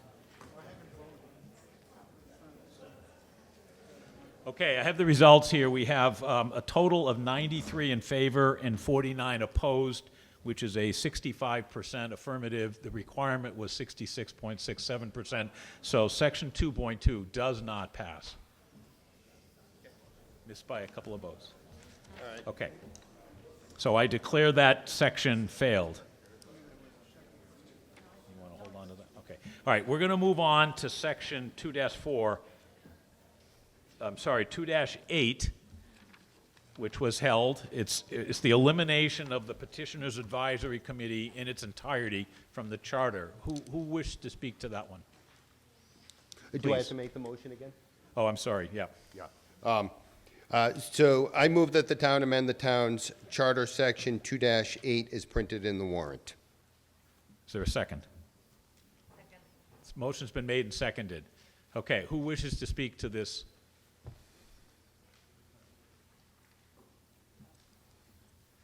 Microphone 1, please. Keenan Rawls, 2 Fox Run Road. I just wondered a simple question. Is there an alternative way of petitioners getting advice on motions?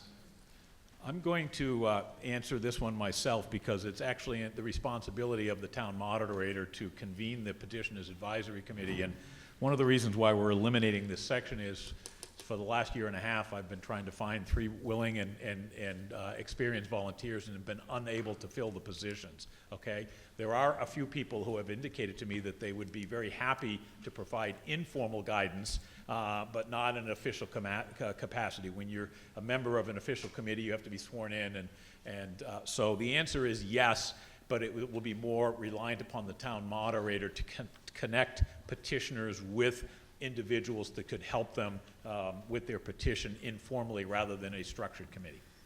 That's satisfactory. Thank you. Okay, any other comments, questions?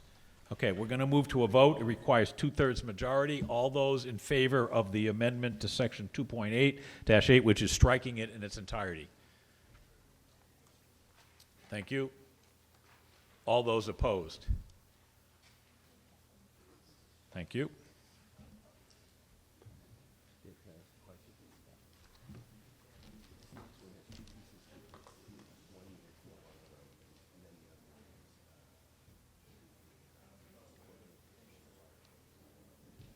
Yeah, this is going to be complicated, so but we're going to have to read it. We're going to have to read it.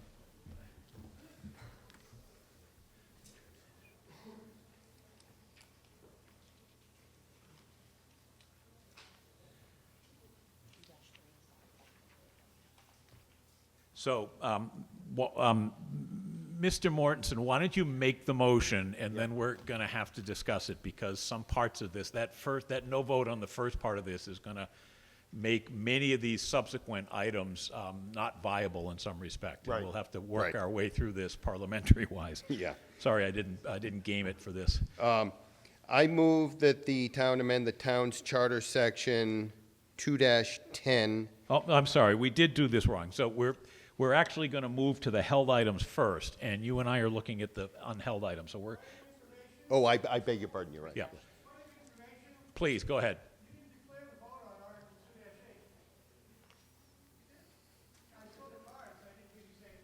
I declared it passed by a two-thirds majority. If I didn't say it, I'll say it now. That one passed by a two-thirds majority. Did I? Maybe I didn't. Okay. Okay, so the next one we're going to consider now is a held section 3-3, Mr. Morton. Thank you, Dave. I move that the town amend the town's charter section 3-3 as printed in the warrant. Is there a second?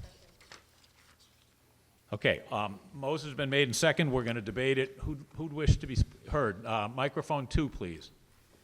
Hello, this is Anna Trout from 35 Riverside Ave, and I just have a question relating to the two items, Veterans Agent Service Officer and Veterans Graves Officer, and I'm just curious if those positions have been eliminated or someone else is absorbing those jobs. No, they have not been eliminated. They're simply, if this changes, would be under the town manager who would hire and fire them versus them being appointed by the select board. So the positions still exist, and those positions are town employees. Thank you. Okay, seeing no one else at the microphone, we're going to move to a vote on the amendments to section 3-3 as printed in the warrant. Requires two-thirds majority. All those in favor, please raise your cards. Thank you. All those opposed? I declare section 3-3 passed by a two-thirds majority vote.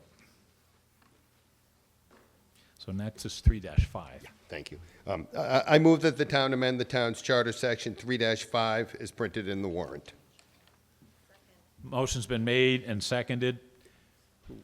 I'm going to recognize microphone 2. Thank you. Walter St. Ange, 102 Pine Hill Road. I'm trying to understand the motivation for the changes in this section. It's going to require the volunteer coordinating committee to give to the appointing authority all the names of all applicants, whether they're qualified or not. Now, I don't know what qualification means. Is this an objective qualification? For example, you have to be a resident of the town. You have to be a voter or a permanent lawful resident. If you don't meet those qualifications, why in the world would you still have the name presented to you? That doesn't honestly make much sense to me. But even if you think this is a good idea, is there going to be some further substantive qualification that's being considered by the volunteer coordinating committee? And is that part of the recommendation they're going to be making? That's one question. The other question is, the existing bylaw and the new one will both say that the appointing authority may not appoint anyone whose name does not appear on the list. The current bylaw then has a sentence that's being deleted that says, except that the appointing authority can go ahead and appoint someone if they haven't been given any names within 60 days. So they have so by deleting that sentence, you're just creating a further delaying process in getting these appointments filled. And I'll come to this later when we get to 9.3. We currently have 20 committees of this town with vacancies, according to the town's website. So we're not doing a great job in filling the vacancies. So I just wonder, why are we creating more process? So I'd like to understand the motivation for this change. Thank you. No, I don't think you should. I'm sorry. Please. Go ahead. Thank you for that. So the idea on the first one about the VCC sending along the... Could I interrupt for a sec? Sorry. I see some people leaving. We're going to revisit the vote on section 2-2. So if you're interested in that one, I'd ask you to stay at the meeting, and we'll get right to it after we finish this. Go ahead. Sure. Is the idea with the VCC is that this is memorializing what they currently do, which is to send us all the applicants, and they want to be able to tell us, in their opinion, if they're qualified or not qualified. In terms of what they consider qualified, I'm working on memory here, but I think they do things like check whether or not they've gone to town meeting, et cetera. And is it, so those are objective items, and I imagine they're entitled to, if they want to add subjective items, they can as well. Does that help? A little bit?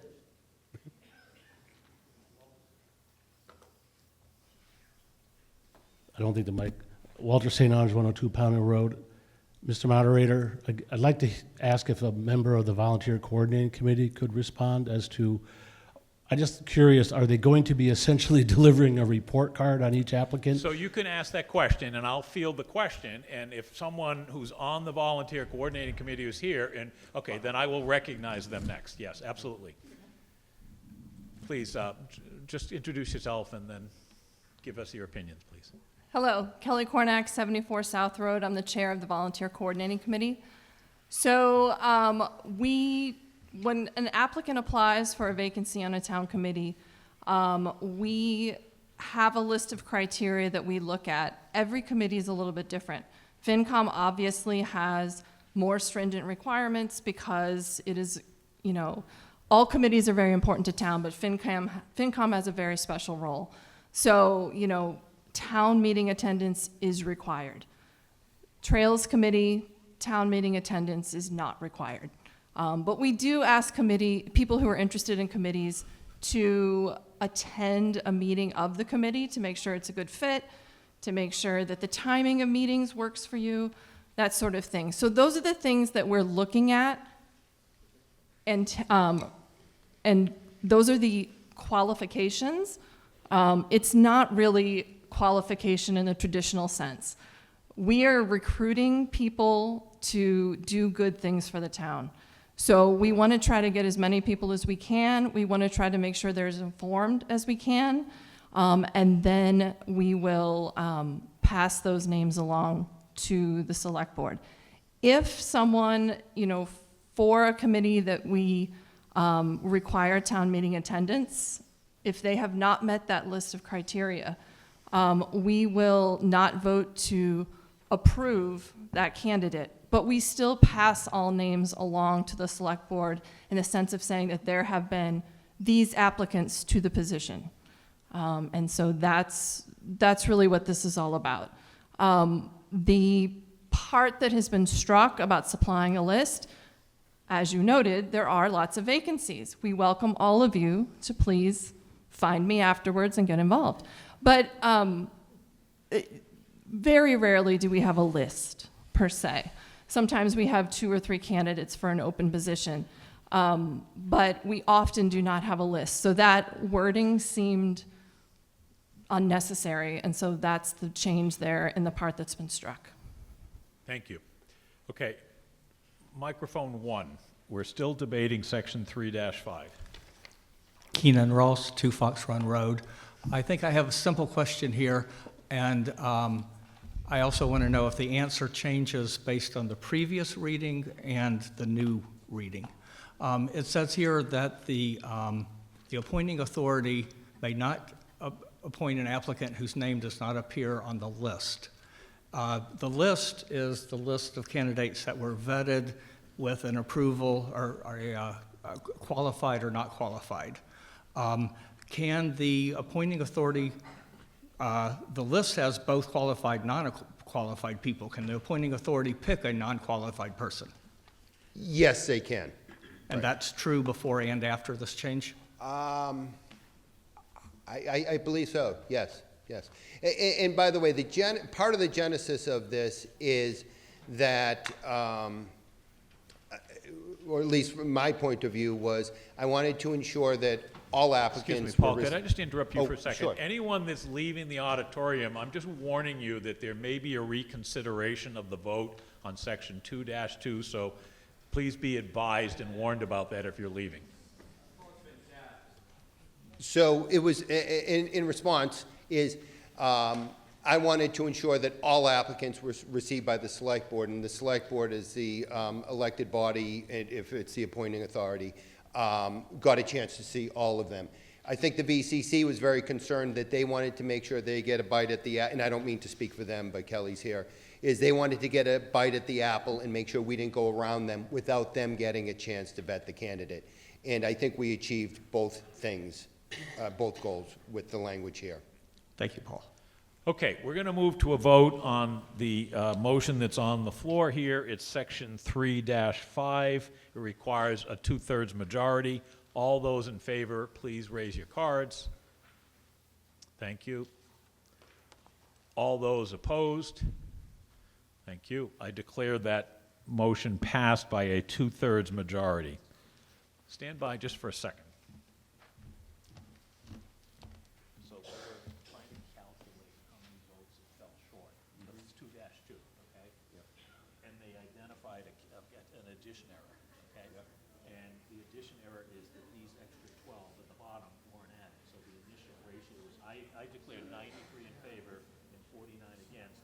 And so instead of losing by 2 or 3 votes, it would have won by 2 or 3 votes, okay? Now, I've already declared it as passed, okay? Anyone who was not in the prevailing position has a right to move for a reconsideration of this, okay? And let me just discuss this with town council first. Just stay with me for a second.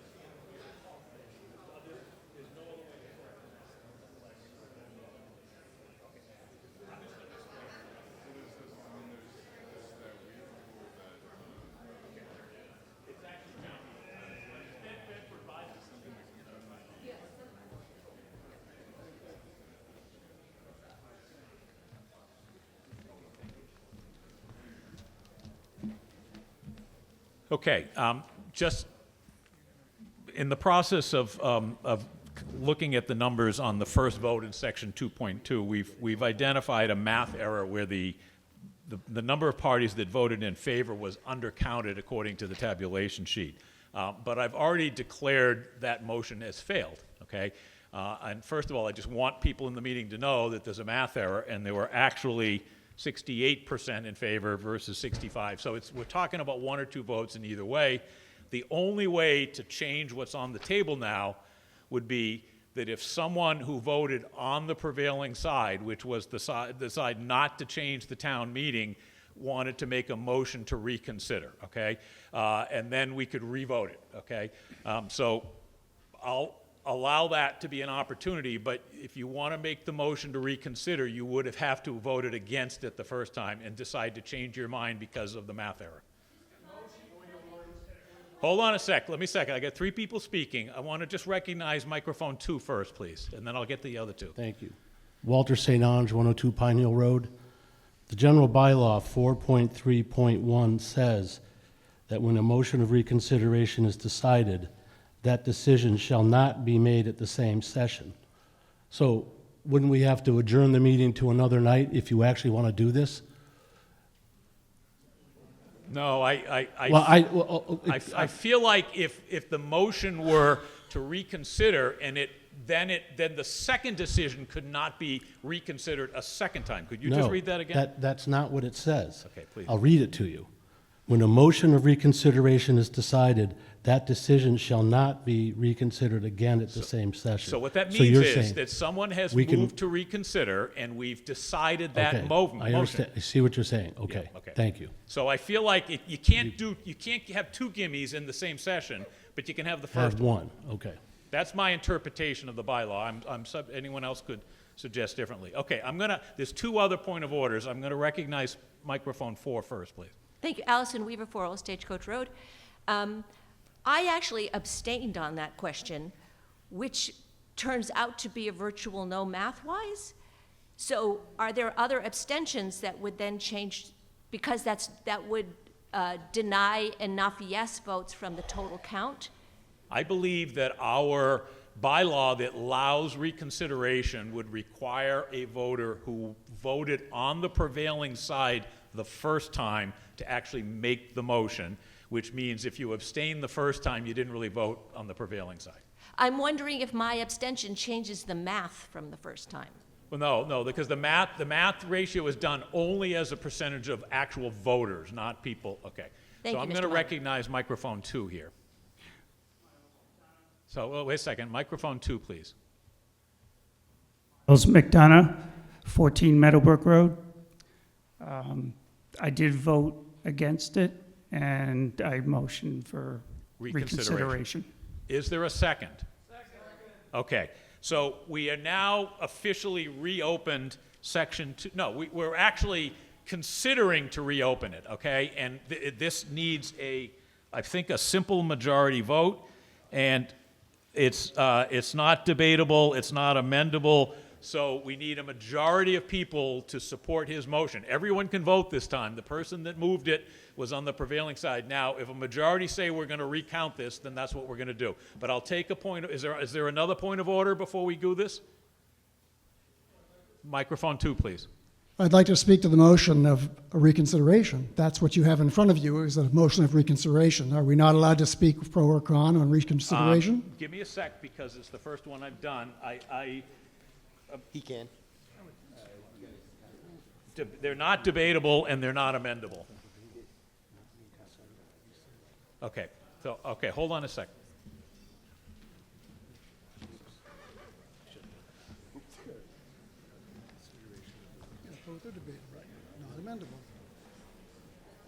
Mr. Moderator, according to the bylaws, it is debatable, it's just not amendable.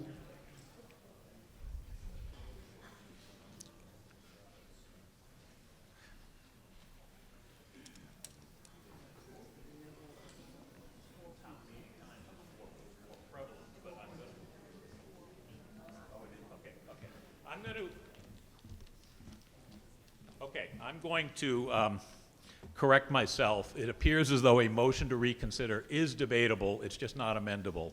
So I will, before we take a vote on the motion to reconsider, this is not a vote on the underlying motion, but I'll entertain comments for microphone 2, please. Microphone 2, please. Thank you. Mark Siegenthaler, 20 Anthony Road. I am not the oldest attendee here, but I will say that I've been coming to town meeting probably since 1988 or so. I've been a local official in town for many years, 9 years on the planning board, 21 years as a selectman, 2 years roughly as moderator.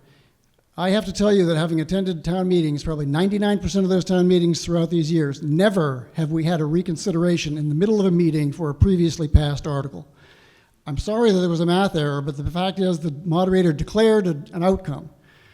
So if we're going to do this, are we going to do this every time? Are we going to, suddenly somebody decides that, oh wait, I think I want to change my mind. It's not 10:45 yet. What the heck? We might as well get up and move for reconsideration of something that we already took up and we already passed, or in this case, already failed. So I would urge you all not to vote for reconsideration, because if you do, you are setting a very dangerous precedent of town meetings that have lost what we all value, which is a nice, straightforward conversation. We come here to debate issues, we come here to make decisions, and then we all go home, and we do it again in a few months, and there are always going to be articles, and there are always going to be ways to accomplish the things we want to. But this is a very bad idea, and as I say, in my experience, it has never happened, and it should not happen now. Thank you. I'm going to go with microphone 2 next. Jerry Pfeffer, 28 Battle Flag Road. And to amplify what Mark just mentioned, a lot of people left the meeting thinking this was a done deal. And this is a disservice to them and disenfranchises them whichever way they wanted to go. I agree this is a terrible idea and sets us towards a path of chaotic town meetings where things get reconsidered in these one-meeting sessions after people have thought they could go home, which is important for some people because they have things to do. Thank you. Thank you. Microphone 1, please. Hi, Seth Cardulo, 24 Hillside Avenue. This one went completely sideways on us. It's no one's fault. Things go bad sometimes. Half the room left, and I think it would be a really bad idea for us to vote on this now, even though I'm 100% in favor of it having passed. I would like to see town meeting move later, but this is not the time and place. If there's a mechanism to move this whole thing to ATM, let's get everybody in the room. Let's just say, hey, we had a bad night and we're going to try it again. That's my comment. I don't know if there's a mechanism for this. You can advise us. I'll listen. Thank you. Thank you. I didn't get an exact question there, but I'm going to go to... Is there a mechanism to smoothly move this to the next, to annual? Like, can we just be done? Because this is a wreck. And it's no one's fault. I mean, like, I know this is hard. What you all do is hard. And a lot of people put a ton of work into this. People who were on the committee left. I feel... If there's a way we could do this, my question is... I feel like at the point that we're at, there are additional motions that could be made. The motion to reconsider is at the same authority level as the main motion, and there could be subsidiary motions or other motions that would allow us to indefinitely postpone. But practically, I don't know that that's any different than just voting it up or down. But I feel free to try to make that motion if you want. I'm going to listen to microphone 3 first, please. David Karen, 120 North Road. Question I have, the motions, or the change in the bylaw is going to just put it on the election, the ballot in March, is that correct? So even if we do make the change, put it on the ballot, the town will have the opportunity to basically say a yay or nay? Yes. Yes. But please limit your comments here to in support of the motion to reconsider or not. So, I mean, I guess you're sort of in the topic, but... I guess I'm asking the question because I agree with Seth in some ways, but if Okay, at so the we same have a time, if motion there's on an the floor. opportunity- The motion is the motion to reconsider, and we have to dispose of that motion one way or another. We're still speaking about it. Hold on a second.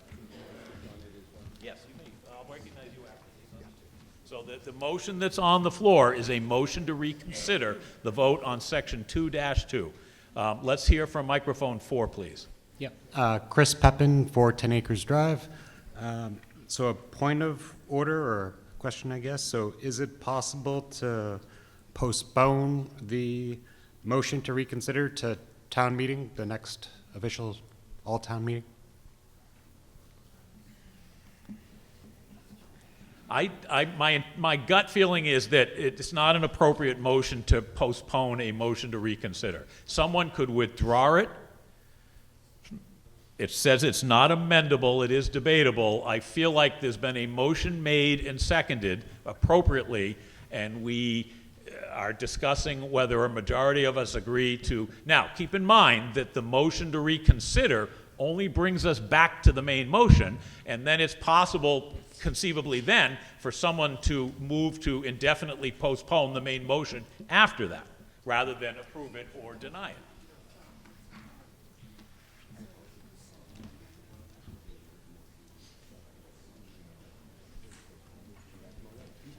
People will be made aware of it. All right, so I'm going to listen to one more comment, and then we're going to take a vote on the motion to reconsider. Microphone 2, please. Walter St. Ange, 102 Pine Hill Road. I'm opposed to reconsidering this, but if it does pass, I don't understand, or if the motion to reconsider is defeated, rather, We already have the main motion was defeated. That was the vote you announced. And so I don't see how you can then resurrect it with a motion to postpone. We already took action on it, turned it down. I think the right thing to do is bring it back at annual town meeting. It's not going to change the actual timing because Mr. Mortensen said this wouldn't take effect until 27 annual town meeting because of the timing. We can have the election. If it's approved at annual town meeting, the November election can be when we vote on it, and then it would take effect for the 27 annual town meeting. And I think that's the better way to do it. Given that a number of people left, it was going to be a close vote either way, and I think it's others who have said it. They're going to be shocked to say, "What? How did that happen?" When 25 people leave. I just think we should not proceed any further with this one. Thank you. So if you agree with Mr. St. Ange, the only way that you can do that is to vote against the motion to reconsider, okay? And if the motion to reconsider fails, then then it's resolved. If the motion to reconsider succeeds, then it's just back on the floor again for further action. Is that a point of order question? Okay.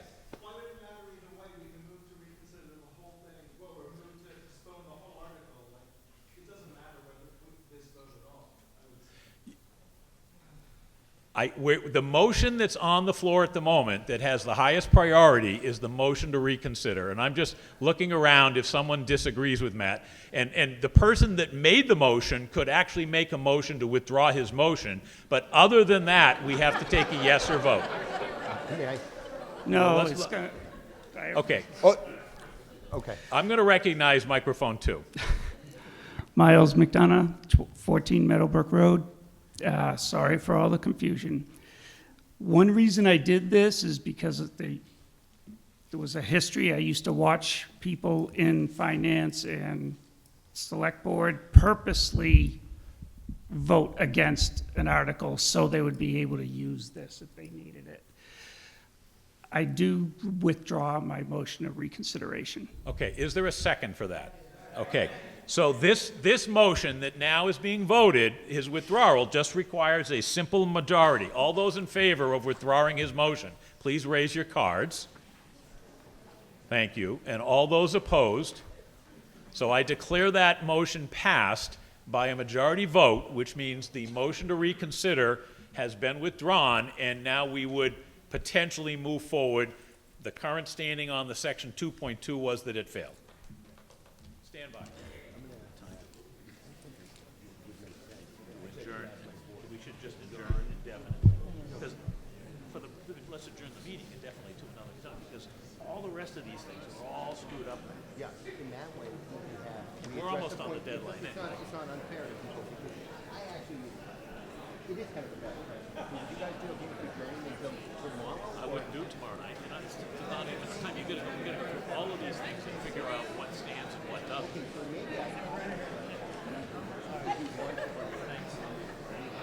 When I'm talking about 2.2, 2.2 is gone now, but we got all these other things. No, but we could have a motion to say, let's have postponed until tomorrow for a special town meeting. If you announce publicly tonight you want to take it up tomorrow or next Monday.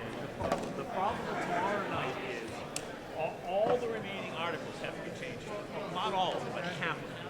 Okay, because if town meeting, the charter doesn't change, half of the rest of the stuff. No, but what I'm saying is, if someone makes a motion and says, let's reconsider No, that's not a motion, it's just a notification. That's done. The will of town meeting is that we are not considering 2-2 again at this time. That was just what that vote was.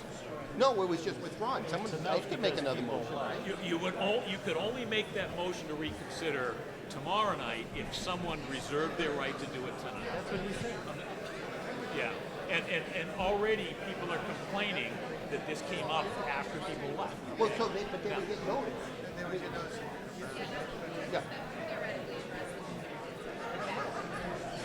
So here's what we can do. Richie, would you want to go till next Monday? Because tomorrow's election day. Yeah, it is. Like, I'm concerned with getting report tomorrow.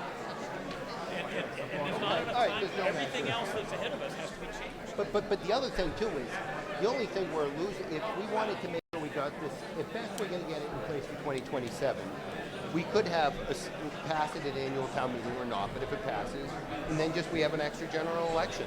Is there will amongst the is that the select board worst? to try to switch this vote next week?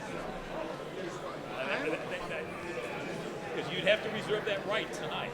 That doesn't need a vote, though. He can just stand up and say it, Right, but the will of the group here was not to do that.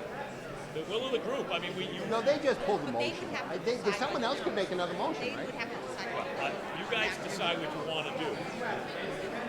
We still have 10 minutes to, we're sort of we're actually in the middle of Article 10, Should we finish Article 10?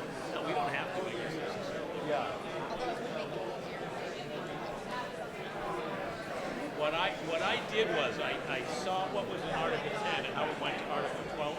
And what I didn't do was what happens if the first one in 10 doesn't pass? What does it do for all the other ones in 10? And it screws up a lot of them. Can we do next Monday? We can meet before. But unless you're going to stand up and reserve the right to reintroduce the motion for reconsidering, it's going to be a dead issue. And then adjourn. Yeah, but you can't do that. It has to be someone who voted on the prevailing side. Okay, well, I will ask. I think somebody Let's can read our. If we adjourn for tonight, you. Hey, how are you? reconsider in the future. You're going to reserve your right. You can't do that. You were not. No, I'm going to ask someone to make that who voted a no. You could ask the guy that was willing to do it. Yeah. But I'm going to have him wait. Ask Christine to whisper in his ear. Go ask him right now.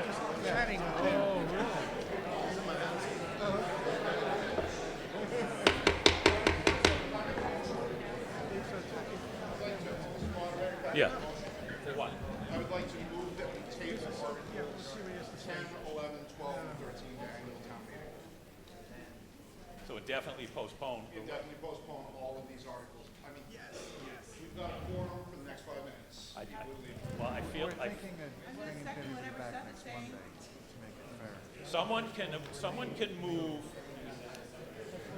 We've got an hour left on Article 10 because there's half of them that have been held. We have the unheld items on the table, and they're still on the table.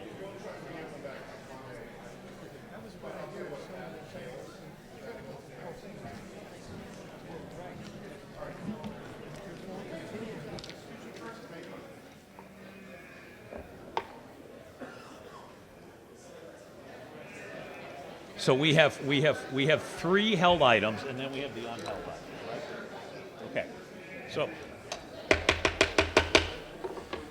Okay. So the debate article that we passed and won suggests that we won't introduce new articles after 10:15. We're in the middle of Article 10. Okay, we have 3 more held sub-items, and then the unheld items that were tabled to be addressed. And I am open to motions, but I feel like there is a will amongst the select board to then adjourn the meeting until a future date, because we have 3 more articles after this that aren't going to be made. And if we adjourn the meeting to the future date, there's the pot. All right, so may I, Dave? Please. Okay, so listening to all the input, I agree with what almost everyone said, and the collective wisdom of the select board came up with the following suggestion. If we have someone like a new best friend who voted no, make a motion with some whispering in his ears to help, because it's a little bit more complex than your typical motion, is we would reconvene. I think we discussed next Monday. That's Veterans Day, but I think we can still do it. So can I just, can I? No, it's the 10th? Please. All right, so I'm going to just, take charge here.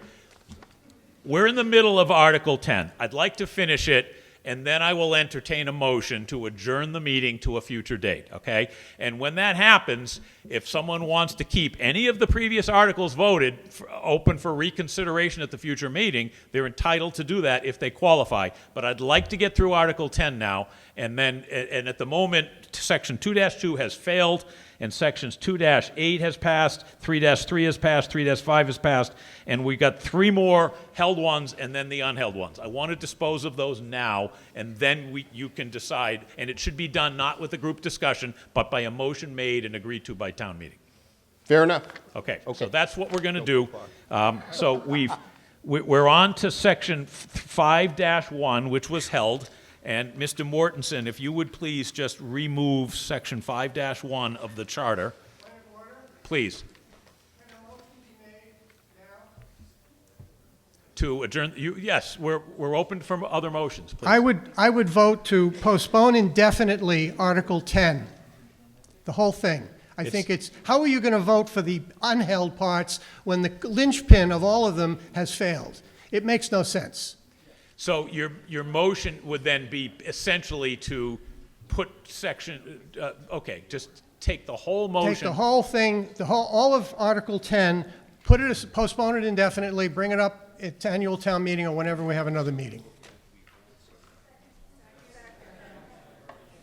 So then we will convene the meeting for another date and start with Article 11, which also, Articles 11, 12, and 13 don't really stand on their own.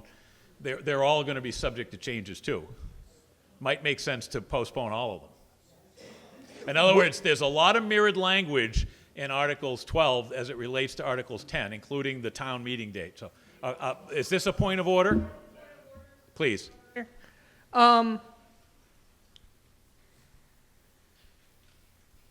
Is it possible, this could be the first session of this town meeting. Can we have another session, perhaps tomorrow?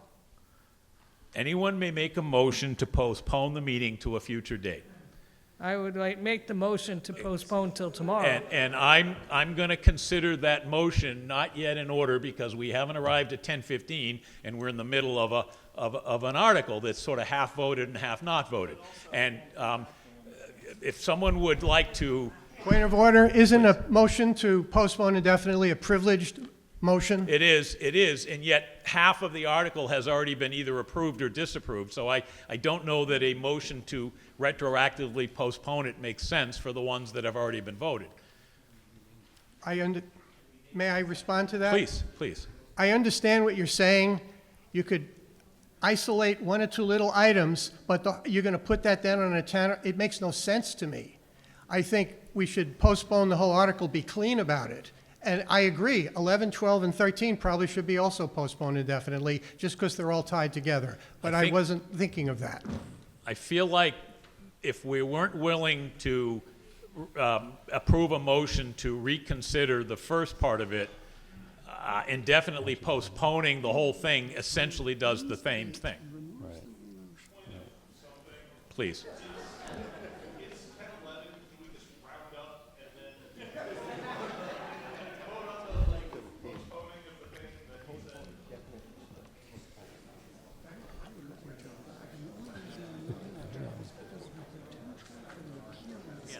I understand. But I don't want to do that in the I middle of Article 10. understand, yeah. I want to finish, we have a partially tabled motion. We're in the middle of Article 10. I'd like to finish Article 10. Certainly people can make motions the way they would want, but it's time to move on and finish the remaining 4 parts of Article 10 before we consider another motion. Point of information? Yes. The charter amendments approved at a town meeting have to go to the electorate. Correct. If we end up here with some things approved and some postponed, does that mean there's going to be 2 elections? Because obviously a subsequent town meeting, unless we postpone it to next week or whenever, you're going to end up with 2 elections. That seems inefficient. Seems to me. It's not my place to answer how town elections Well, work. I understand. I'm just noting. I don't know. I would believe that only the amendments that have been approved at this meeting would be eligible for an election vote at some point in the future. But could that be an election? Does it have to be at the next town election, or could it be at a later one if there's something? The next town election is already we're later in this meeting, we might be changing the town election date, so. Well, I doubt it. If we didn't All right, do the town Mr. Siegenthaler, do you have a point of order? Yeah. Yes, Mr. Moderator, 4.2.2.7, postpone indefinitely, ends debate and removes the main motion from discussion without a vote on the main motion. Not debatable or amendable. You have a motion to indefinitely postpone Article 10, and I don't know why. Because we've already resolved half of it. It doesn't matter. You could be in the middle of the debate. The language in the bylaw itself says it ends debate. It ends debate. That it would imply that debate was ongoing. That's what you're saying. Debate is ongoing. If we ended the debate on Article 10, Section 2-2 would have already failed, and the other 3 would have already passed, and 4 or 5 of them are unaddressed. Correct. Because a motion to indefinitely postpone has come to light, meaning no one wants to keep going with this. I'm going to, excuse me for one more second. I'm sorry, I just want to speak with Tom. Yeah.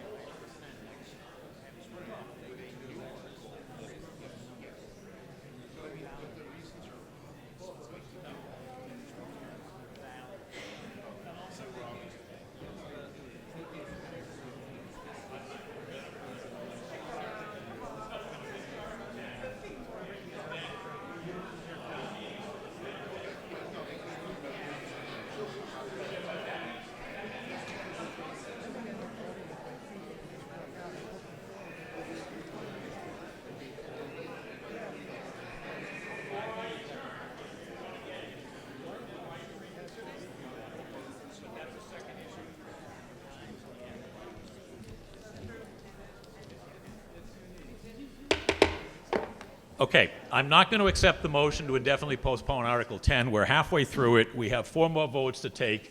The debate 1 rules allow us to continue the article that we're in, and then we will entertain additional motions to continue the meeting after we just resolve everything that's left on Article 10. That's my decision. Okay, so we're up to Section 5-1 on Article 10. If you could move that, Thank you, please. Mr. Moderator. I move that the town amend the town's charter, Section 5-1 is printed in the warrant. Is there seconded? Okay. Is there a point of order? Go ahead. Says we can no longer debate. So why are we still debating? The bylaw says nothing about it. In Article 1, It says once that motion has been made, debate is over on this article.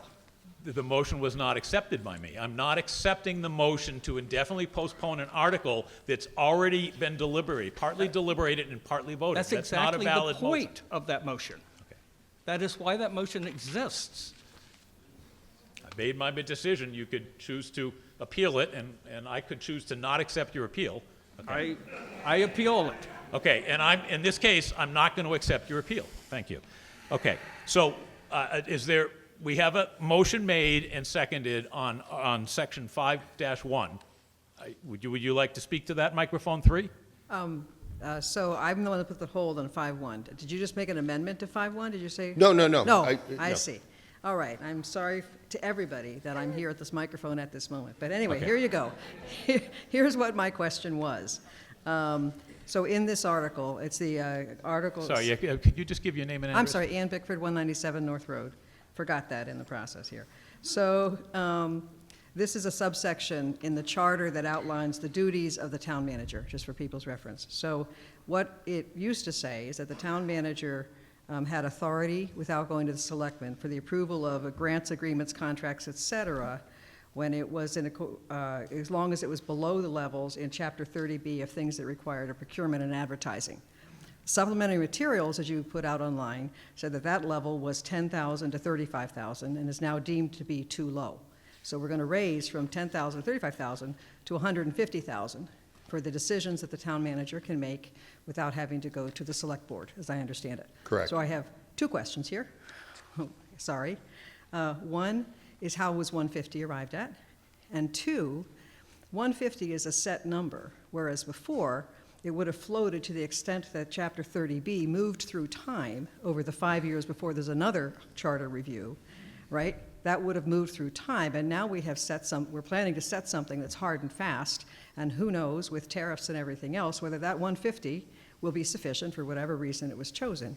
And I'm wondering what the thinking is on that, and whether it would be better to say something like 3 times the upper limit of Chapter 30B or something, so that it floats through time, since we're not going to have, hopefully, a charter review process every year.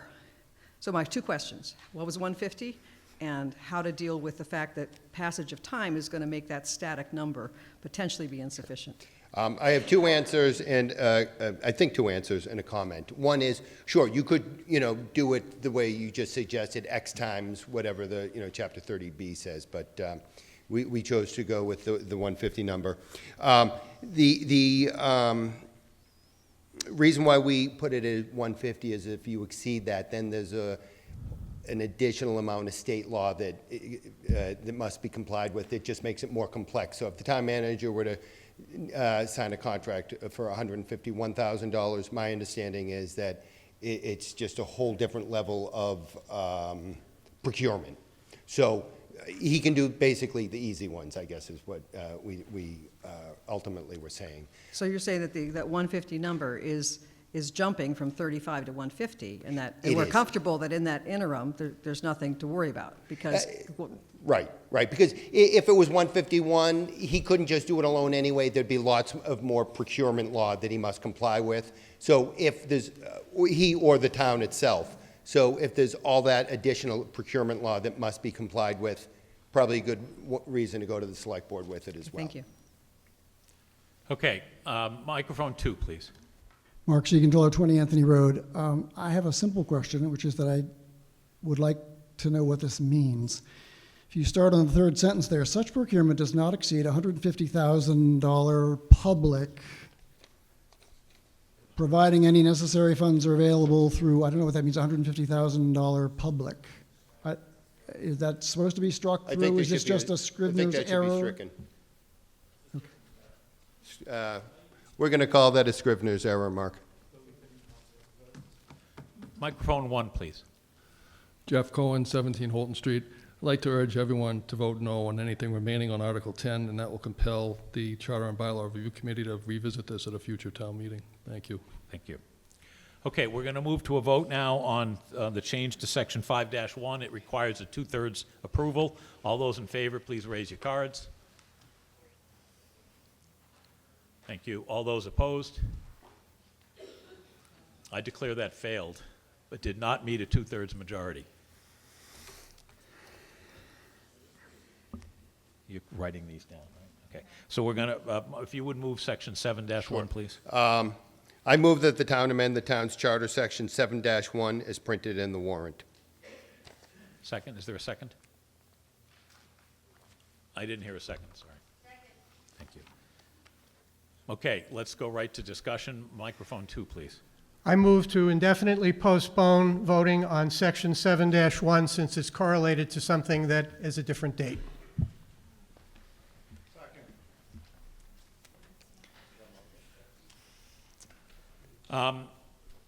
Yeah, I'm going to allow a discussion and a vote on that in the sense that it's not, it has to have a brief explanation. Hold on a sec. And it's different than the prior one because it's prospectively postponing items that haven't been decided before. Is there do you have a reason for that? Oh, you said because, please state your reason again. Yes, since the basis upon all these dates relates to Section 2-2, this is also related to that. It makes no sense. So I think voting on dates, having town occur in April and then town meeting still occurring in whatever March is silly. That's my reason. Okay, thank you. So this requires a 2/3 vote. It's not, I don't think it's debatable. It's, we're going to move Clarifying right to a question? vote. Point of order. Point of order, thank you. I guess I would ask town council if, as you know, I am hoping we are going to be coming back next Monday. Does this motion, if it passes, preclude this coming back next Monday when everyone will have already received Yes. notice of the mess up? So- Yes, this will indefinitely postpone it from the current meeting, even its continuation. But it could, but Unless you reconsider it at the next meeting, you know? so we can reconsider, do we have You to? can reserve, you would have to vote in the affirmative and change your mind, so. Okay. Reconsideration is. And does that vote, does that motion for reconsideration need to be made tonight, or can it be made when we come back, if we come back No, on you Monday? would have to reserve your right to do that if you vote. Tonight. So, okay, yeah. Okay, all right. I'll need help with that. What? Oh, this one. Yeah, no, I don't want you to make an argument. Okay, there's a valid motion on the table to indefinitely postpone the consideration of Section 7-1. This requires a 2/3 majority vote. All those in favor? Thank you. All those opposed? I declare that passed by 2/3 majority. So that's indefinitely postponed. We have one more held item. It's 9-3. Ready for me? Please. Okay. I move that the town amend the town charter, Section 9-3, as printed in the warrant. Is there a second? Okay. Microphone 2, please. Walter St. Ange, 102 Pine Hill Road. This change will delete the provision that allows for holdover positions. A term expires at June 30th. A new person is not appointed. The person that previously held the term can continue in that position until their successor is appointed, whether it occurs 2 days later, 2 months later, 2 years later, whatever it might be. As I said earlier, there are currently 20 committees, according to the town's website, that have vacancies. I assume some of those are, in fact, holdovers, maybe all of them. I don't know if committees are at a full complement or not. I don't see the point of making this change. It seems to me that it's far more efficient for the committees to be able to work with a full membership if they have it, allowing the holdovers to continue until someone is appointed allows that to continue. You won't have vacancies. You won't hobble the committees with a smaller number of people being asked to do more work than might have been true. And you might even lose quorums depending on the size of the committee and the circumstances. If there's a vacancy, someone has a conflict, they can't vote, someone's ill or traveling or whatever, it just to me makes no sense, and I would just urge to defeating this change. I think we should leave it alone. It's worked just fine as it is. The only explanation I was given for why this was needed was a rather far-fetched circumstance involving a rogue finance committee that decides to perpetuate themselves in office. And honestly, if they want to do that, go to it, fellas. You're going to regret that. But I just don't see that as a reason to change a general bylaw. I urge you to turn this one down. Thank you. Thank you. Does anyone else wish to speak to this? Okay, Lucille. Lucille Wilson, 50 Hancock Street. I was a member of the Charter and Bylaw Review Committee. The reason why we came up with this change is because having holdovers could possibly be horrible for the committee because they can't really get rid of a person who's ineffective. Whereas if the select board decides not to renew them or they decide to leave, they work until the end of their term and then they're gone. Microphone 2. Walter St. Ange, 102 Pine Hill Road.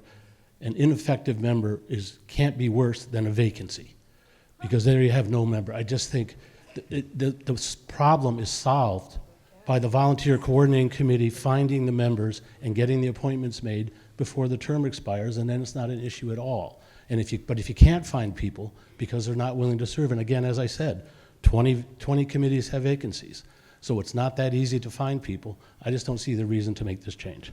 Thank you. Okay, last speaker, microphone 2, please. Jennifer McLean, 8 Maple Street. I have to say I'm tired enough, I don't quite remember what point I wanted to make, but I think it had something to do with sometimes being appointed to a committee, while a privilege and an opportunity can also maybe be perhaps a bit of a sentence. So knowing that there's an end date and there's an expectation of an end date might help actually with recruitment, because there's not going to be an expectation or a guilt or a sense that you have to stick with it because no one else has stepped up. I think terms should just end on June 30th, and it should just be clear that you're done, unless you really want to re-up. Thank you. Okay, we're going to go to a vote. It requires 2/3. All those in favor of section 9-3, please raise your cards. Thank you. All those opposed? I declare that failed. It did not meet the 2/3 vote. Okay, so now we have 4 remaining sub-items that were tabled. Does anyone care to put them back off the table and dispose of them tonight in one way or another? Microphone 2, please. I presume the only way to move those is to move all those articles that have not previously been held, in which case then my motion to postpone indefinitely would apply to that. I think I would entertain a motion to put them back, take them off the table and put them back into play first, and then you could indefinitely postpone them. They're on the table, and they have to be Okay, I'll let somebody rescheduled. put them on the table, and I'll ask to take it off. Take it off the table, and then they could be indefinitely postponed or approved or failed. Microphone 2. Walter St. Ange, 102 Pioneer Road. Mr. Moderator, we never considered Article 11, 12, or 13. Didn't we only talk about Article 10 and the individual items that were held? We haven't got to those other articles So we're yet. through 10. No, we're not. We have 4 I'm sorry. subsections I'm that are on the table, and I'm asking someone to put them back into play, please. Do I have to make the motion? Did we? Anyone can do it. I'm going to recognize microphone 3, please. Ann Bickford, 197 North Road. I move that town meeting now consider sections 210, 211, 212, and 8.2 of Article 10. Thank you. Is there a second? All in favor? This requires a majority to put it back, take it off the table. Okay. So now it's back on the table. It's back into play, and we can either indefinitely postpone these, or we could affirm them or decline them. Microphone 2, please. I move to indefinitely postpone those 4 sections. Is that there were a just second? mentioned. Second. Okay, this would, apparently this is not debatable. I can understand why you might want to do that. I think we're going to move right to a vote. Stand by. So the motion is to indefinitely postpone section 2-10, 2-11, 2-12, and 8-2. It requires a 2/3 majority vote. All those in favor? Point of order.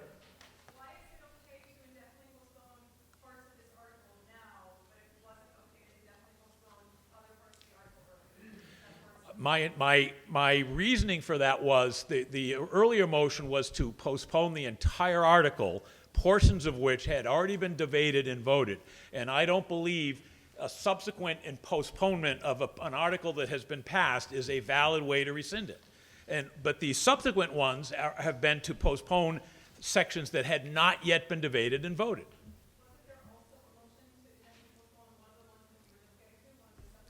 And we did. 7-1, we did postpone it and 7-1.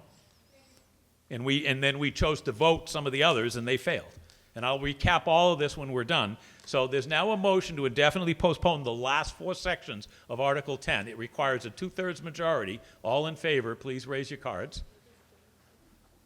Thank you. All opposed? Okay, I declare that passed by a 2/3 majority. I'm just going to recap where we got on Article 10. Section 2-2 failed. Section 2-8 passed. Sections 2-10, 2-11, 2-12, and 8-2 were indefinitely postponed. Section 3-3 passed. Section 3-5 passed. Section 5-1 failed. Section 7-1 was indefinitely postponed. And Section 9-3 failed. So that's our final disposition of everything on Article 10. We are past the 10/15 date. There can be several things that can happen now, and I'll entertain motions to possibly deal with some of those. All right. I'm going to recognize microphone 2 first. Mark Siegenthaler, 20 Anthony Road. Excuse me, I move that we indefinitely postpone Articles 11, 12, and 13. I'm gonna, and my interpretation is that we couldn't do that for all three. It would have to be done for Article 11, and it would be the presenter the main motion maker who could postpone it as part of his motion, and if it was going to be postponed from the floor, it would have to be moved first and then voted the other way. And I'm not sure we can even address Articles 11, 12, 13 unless we first voted to change our debate rules that we decided in Article 1. Microphone 3, please. Your decision to the, can we vote on your, can we appeal that? So I've declared his motion not acceptable, and you want to appeal that. Yeah. And I'm going to deny your appeal. Thank you. Okay.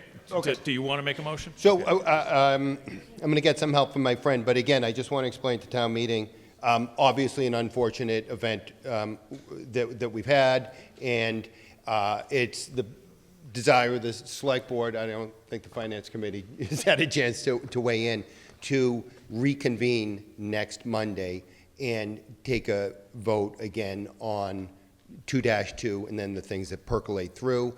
It seems to us that that's the most fair thing to do, because I admit if I had left earlier and didn't get a chance to re-vote on this, I'd be pretty angry. So I think that's the wisest and fairest thing to our fellow townsfolk. So when my new best friend makes a motion, what it will result in is we're going to come back Monday, and I think everyone's going to be able to read it in the Reporter, because we have, the Bedford Citizen, we have our crack reporter here. So that's my desire. I wish you would follow that. So first of all, I could entertain a motion to postpone the meeting to a definite date in the future if anyone chose to reserve their rights to reconsider anything that was already decided at this meeting. They would have to make that reservation now before we actually journal this meeting closed. So You'll understand shortly. So please, let me explain. The Bedford has in its bylaws a right of reconsideration, okay? And the right of reconsideration can only be presented by someone who voted on the affirmative side or the prevailing side, and then subsequently, because of information that's made known available after the fact, changes his vote, okay? But that right of reconsideration only carries through the current meeting unless it's been warned or advised to the current meeting people that he may exercise that right at the future meeting. So if this came up a year or so ago, someone wanted to reconsider the town common, and they didn't quite get their reservation in place before we gavelled the meeting closed the first night, so they couldn't reconsider it the second night. So please state your name and ask, are you reserving a right of reconsideration? Yes. Miles McDonough, 14 Meadowbrook Road. Usually I'm up here asking for money, but not this time. I provided notice of intent to reconsider the following votes at the next section of this town meeting. Vote on section 2.2, which I originally voted on the non-winning side. On the winning side. Do I do? Yeah. Yeah. Indefinitely postponement of section 7.1, voted yes originally. Indefinitely postponement of sections 2.10, 2.11, 2.12, and 8.2. And what was your vote on those? Those were yes originally. Well, you would say yes. You voted Yes. to indefinitely postpone them? Yes. 210, 211, 212. Yeah. And 8-2. Yep. Okay, so you've made your reservations. They're in the record. No, he just needs to announce that, okay. so people are warned here that some of this old business that's been decided may be reconsidered at the next meeting. Please, microphone 2. Moderator, Mark Siegenthaler, 20 Anthony Road. I just want to reflect that, once again, I will tell you that never in the history of a town meeting that I have ever attended have we ever had reconsideration of an indefinite postponement of anything. Once it was indefinitely postponed, it did not come back to life at a future night of the same town meeting. Indefinite postponement means it's gone until somebody brings it back at a new town meeting in a new warrant. So you can give notice of reconsideration, and I just So have to tell you that that's the nature of I indefinite I postponement. tend to agree with you, okay, and there will be time for us to decide which of his reservations mean something and which don't before the next meeting happens. Please.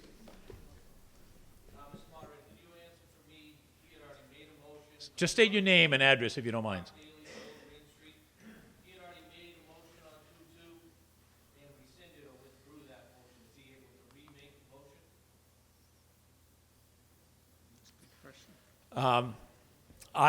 There was a general bylaw on trying to rescind something twice in a row, but I don't know whether withdrawing it before the first one succeeded or failed would qualify as the first time or not.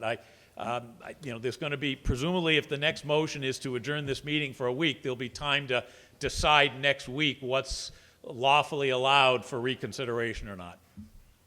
Go ahead.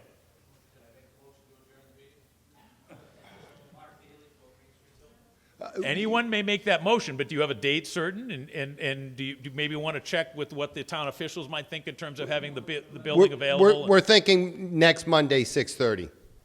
So you could make that motion if you'd like. Mark? I don't think we have a... Town moderator would just like to point out that the remaining 3 articles all have linked language that relate to Article 10, or it's a lot of them do. And so the general bylaws that are printed in Articles 12 and 13 may not be amended or adjusted in any way. If we convene tomorrow night, there might be a problem to have a quorum, and the only probably suitable course of action would be to indefinitely postpone all of them. But certainly, someone could vote now to continue the meeting and try to get that done tonight, but I don't know if that's the will of the meeting.